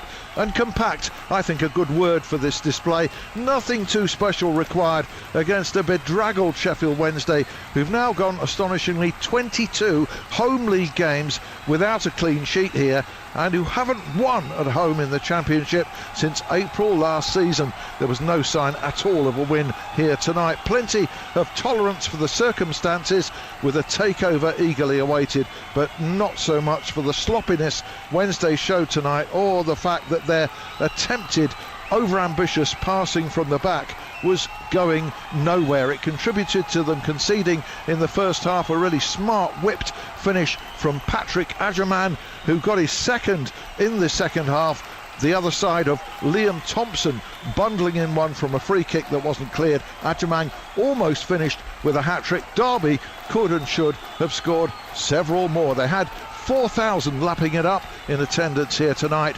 Sheffield Wednesday, a very, very sad sight for their supporters in a crowd of 23,500. Sheffield Wednesday 0, Derby 3. Alan, thanks very much for that. We're still recovering from what we've witnessed here live on TalkSport this evening. Manchester United 4, Bournemouth 4. It's just going to be one of those nights, Steve Bruce, where I think I'm going to be up all night. The adrenaline will be flying. This always happens after most games, never mind a game like this. But just take us into that United dressing room. What will the players be feeling? Will it be silent? Will there be shouting going on? What will be going on inside that United dressing room right now? If I'm going to be honest, when I just look at them walking around the pitch, there'll be a disappointment there. There's a disappointment in them that they haven't got over the line. They'll be disappointed with the mistakes they made in their defensive play. Some of their forward play was terrific, especially in the first half. It's as good as I've seen for a long, long time. But that Achilles heel they've got at the moment, and you can't be successful unless you've got a steady back 3, back 5, whatever you want to call it. And we know Harry Maguire and De Ligt are missing. Martinez is just coming back, so they're going to be better defensively, certainly at the top end of the pitch now, with Cunha in particular and Buemo. They've got a little bit of quality which gets you off your seat, and I have to say in the first half they looked a really, really good team. Well, Steve, listen, I'm pleased that TalkSport could brighten up your sporting Christmas, because you went to the first test in Perth, so yes, this has helped recover. I put the mockers on them and all, by the way. Steve, been great to have you with us. Thank you very much. Been brilliant company tonight. Steve Bruce, Manchester United legend, with us on commentary tonight. The Sports Bar coming next, 03717 223344. But before that, a moment of silence, please, for all those who don't love football. Their lives must be wrapped in grey. Whatever life throws at you, it can be tough sometimes, we know. Football will always be there to bring the joy, to bring the fun, and to bring the goals. Man United and Bournemouth gave us a special treat tonight. Scored 4 goals each, live, exclusive and free on TalkSport tonight. We've brought you a Premier League classic.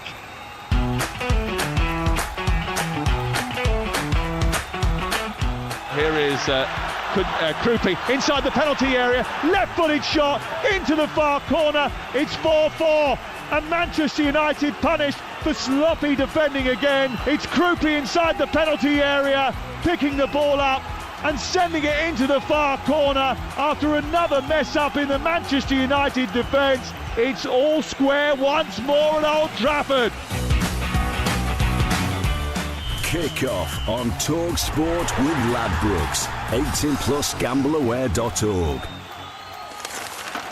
Oh, he's really opened up the Sun newspaper there, Jim. No question, Clive. Straight in the middle and right into the free pull-out goals. Goals, yes. The ultimate football coverage with the best expert writers. In-depth tactical analysis. Unrivaled coverage from every league and all the latest football action. Think you've said it all there, Clive. Sorry, Jim. Not to worry, I was reading my copy of Goals anyway. Get your free copy of Goals every Saturday, Sunday and Monday only in the Sun. Hi, just leaving work now. Sorry it's a bit loud.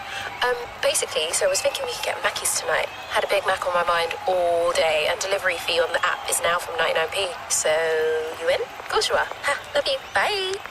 exclusively on the McDonald's app. 18 plus. Service fee and small order fee may apply. Participating restaurants. Serving times and T's apply. We all fantasize about our perfect home. Watching the big game cozied up in the snug. Balmy summer nights with the kids playing on the lawn. We're playing real-life football! But come on, this isn't real. Listen, if you're serious about making your fantasy a reality, find out what your home is worth instantly with a free online valuation estimate. Get real about moving. Get on the market. Most common time to obtain an online quote between 1st of April 2024 and 30th of June 2024 is under 3 minutes. Excludes Northern Ireland. Incredible scenes here at the Village Hotel's Pub and Grill. Fans are taking their place in the fan zone with stadium-style seating, amazing views on huge screens, and we're underway. Lovely bit of dribbling there as she tackles the burger stack. Now they're getting down the wings. Sticky barbecue. Unbelievable. Oh, and he's hit the bar. And it's there. His favourite ice-cold beer. What a result. Catch every game live in the Pub and Grill at Village. Get in. Find out more at villagehotels.com. It's another day at Screwfix, and Sir Mo Farah is learning the ropes. So, Mo, with Click and Collect, we get orders ready fast. So customers are out of here and back to their jobs in as little as 1 minute. What are you doing? Lunches. It's my warm-up. I need to be in peak condition for when orders come in. Love that intensity, Mo. Laser focused. You might even have what it takes to beat my PB one day. Back in the Mo. Click and collect in as little as 1 minute. Screwfix, no stopping you. Same. Ho, ho, ho! Same. 3, 2, 1. Same. Oh, thanks. Same. What does Santa call his dog? Same. Same. One word. Free sorbos. Same.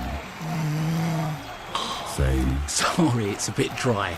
New plates. Ooh. Treat your table to something different this Christmas. Visit your local IKEA now. IKEA, the wonderful everyday. At Betfair, we believe that to play different, you need the right tools. The boots, the world-class tactics, the science-backed nutrition. The pros have their tools, and with Betfair, so do you. Our safer gambling tools work just like the right pair of boots, designed to keep you on top of your game. Open the Betfair app to equip yourself so you can bet at your best. Betfair. Play different. 18 plus. BeGambleAware.org. Kickoff live on TalkSport with Sky Sports. Stream over 50 live Premier League games this festive season, flexibly with Now. Search Now Sports. 18 plus. Stream via internet. Terms apply. TalkSport on DAB, on the app, on YouTube, and on the smart TV. Double trouble, after whistle arguments, and filter-free football talk. Absolutely extraordinary. The nation's favourite air-conditioned late-night sports speakeasy. What a bit of skill. The Sports Bar on TalkSport. All right, fans, here we go with the main event of the evening.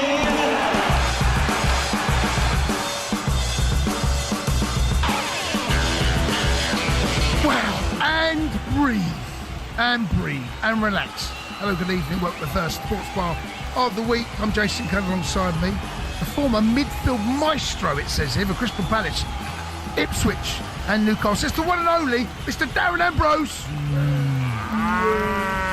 We have just seen an 8-goal threat at Old Trafford as Manchester United threw away the lead twice as the game ended 4-4 against Bournemouth.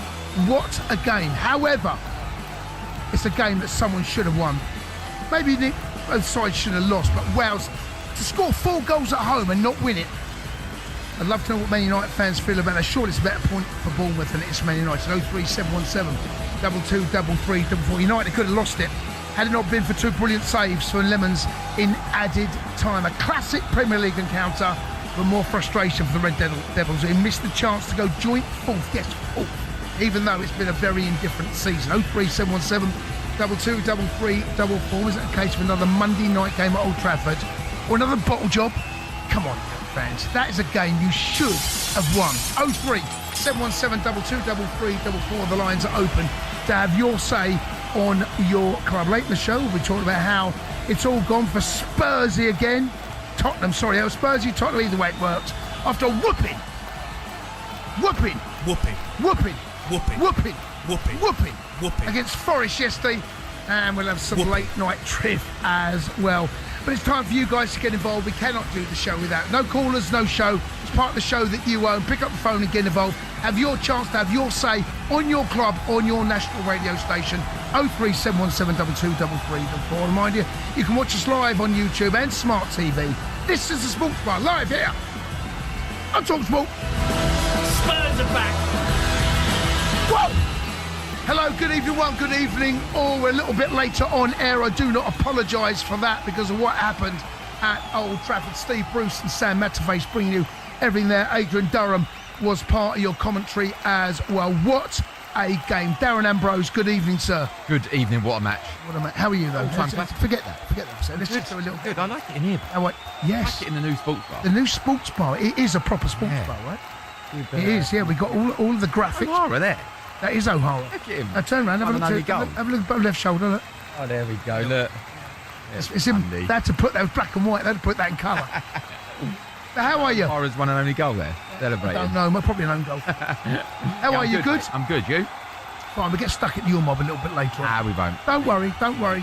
But we cannot. There's only one place to start. There's loads, by the way, to go at. From what we saw over the weekend, you want to have your say on your club. This is the only place to do it. 03717 223334. Manchester United to not win that game. Credit to Bournemouth, but my God, Manchester United must be right now the most infuriating, frustrating team to support. To score 4 goals at home and come away with just 1 point and lead twice.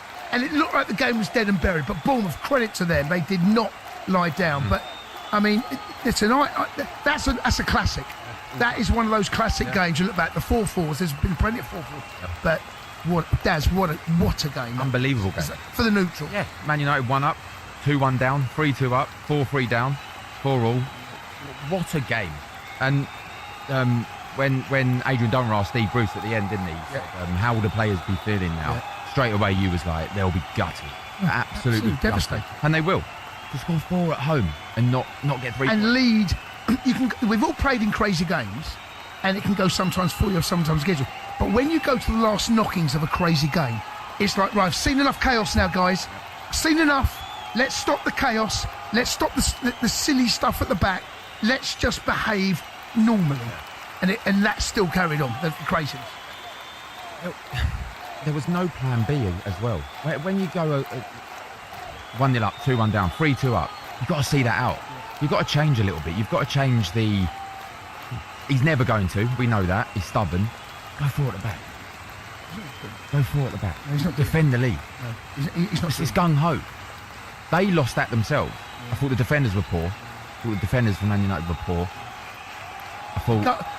What a free kick, by the way. Can we talk about that? Sensational. What a free kick. When we first see it in the green room, I said, didn't I? Oh, the goalie's got to do better. Because he stepped to the... He does. He doesn't give himself a chance. To the right. Yes. When you watch that, I think he could have been standing there and it would have gone in. No, it's a sensational free kick. Sensational. It was. There was a lot of really good things about that. Yeah. As a neutral watching that. And it's just like, keep the goals coming. Keep them coming. I don't care which way it goes. Didn't want the match I want more goals. 4-4's not enough. We thought it was going to be a 5th as well, didn't we? We thought it was going to be 5-4. Oh, I thought it could have been. We're going to go and win it. Could have been. They should have done, actually. Lamans were the hero in the end. Conceded 4 goals at home and was the hero. Saved 2 at the end. Could have been 6-4. He could. To be fair, Buemo missed a couple of chances. Cunha had a couple. There was other opportunities. That game could have ended 9-9. No, genuinely, could have ended 9-9. It was that chaotic. They could have gone 5th. I was listening to the drive on the way in, actually, and they were talking about what's the ceiling. And Andy Goldstein was saying, we could come in the top 5. Benny said, no, I think we'll finish 6th. I don't know. On that showing, you can't concede 4 at home. Can't concede 4 at home. They are so... They're not going to finish in top 5. They're not better than Arsenal. Playing like not better than City. Not better than Chelsea. No, not better than Villa. No, Liverpool are coming good again, or they will come good. No, you can't do that. You might have 1 or 2 of those, but it does feel every United game there's goals in games. Yeah. They don't play in games where things are tight and boring, a bit dull. They tend not to play in those games, and sometimes you need to be that team. You need to have some discipline about your setup. I mean, to go 4-3 up and the fourth goal that Cunha scored, it's a bit of a gift, right? Yeah. It's a bit of a gift. Yep. Come on, you've got out of jail here. You really have scored 2 goals in quick succession. Yep. Don't concede the next goal in the game. Not that they concede the next goal in the game. They couldn't see the next 2 or 3 goals in that game. I don't know how United are going to be the team they want to be playing like that. I don't see it. They've conceded 26 goals. That can't carry on. That's more than anyone, all the way down to Bournemouth. That can't carry on. In 13th. Bournemouth conceding 28. That Same can't as carry on. Fulham. Brentford have conceded less. Nottingham Forest have conceded less. And the bottom 4 have conceded more. 26 goals. Daz, that simply cannot carry on. If you want to be a serious team, defensively, and they zoomed in actually on Sir Alex Ferguson, and Sir Alex, they made the quote about, attacks will win you games, but defences win your title. Yeah, win your title. And it's a saying, and some people disagree at some people, but the sentiment remains: keep a clean sheet, we'll nick a goal, right? And Arsenal right now, they're as good as anyone at doing that. Right. 10 goals. Don't even play particularly. 10 goals Arsenal conceded. 10 goals. 26 Manchester United. Yeah, that nearly treble. They're lucky to be sat in 6th place, by the way. Well, they score goals as well. Yeah, 30. Yeah, but see that there's a balance, and they don't remind me of Big Ange's as Spurs last season. But there are similarities about who they are. European champions. Take Harry Allen. European champion. Big Ange. Yeah, you beat European Amarin. champion. But there are similarities about the way they set up, because you can't trust them. As a Man United fan, you cannot trust this Manchester United side. You don't know what you're going to get at any point in any moment of the game. You don't know whether you're going to score or you're going to concede. And that's no way to be a Premier League side. He's too stubborn. Ruben Amorim's too stubborn. I want to quit. There was rumours, weren't there, before that he was going to change system. He's going to go 4 at the back. No, that's not. And everyone was going, it won't happen. He didn't change in Portugal. He won't. He's not changed. But there are similarities in the way that they are so stubborn. The way they see they are hell bent. This is my system, and this is how we're going to play, and I'm going to stick to this, and I'm going to make it work. Ange got so much stick for that. Well, so's Amorim. So much stick. Do you not think Amorim's getting enough? No, he's not getting as much as Ange did. You're right. Not getting as much as Ange did. Well, I want to quit. Should we go to the lines? 03717 223344. Let's go and speak to Michael, who's a Man United fan. All right, Michael? Oh, man, that was a horrible watch. That was a horrible watch. That was an unbelievable watch.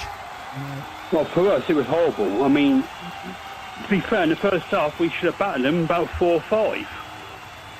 And then for some reason, every time, we've only got a good half. And we can't get a good half for these guys.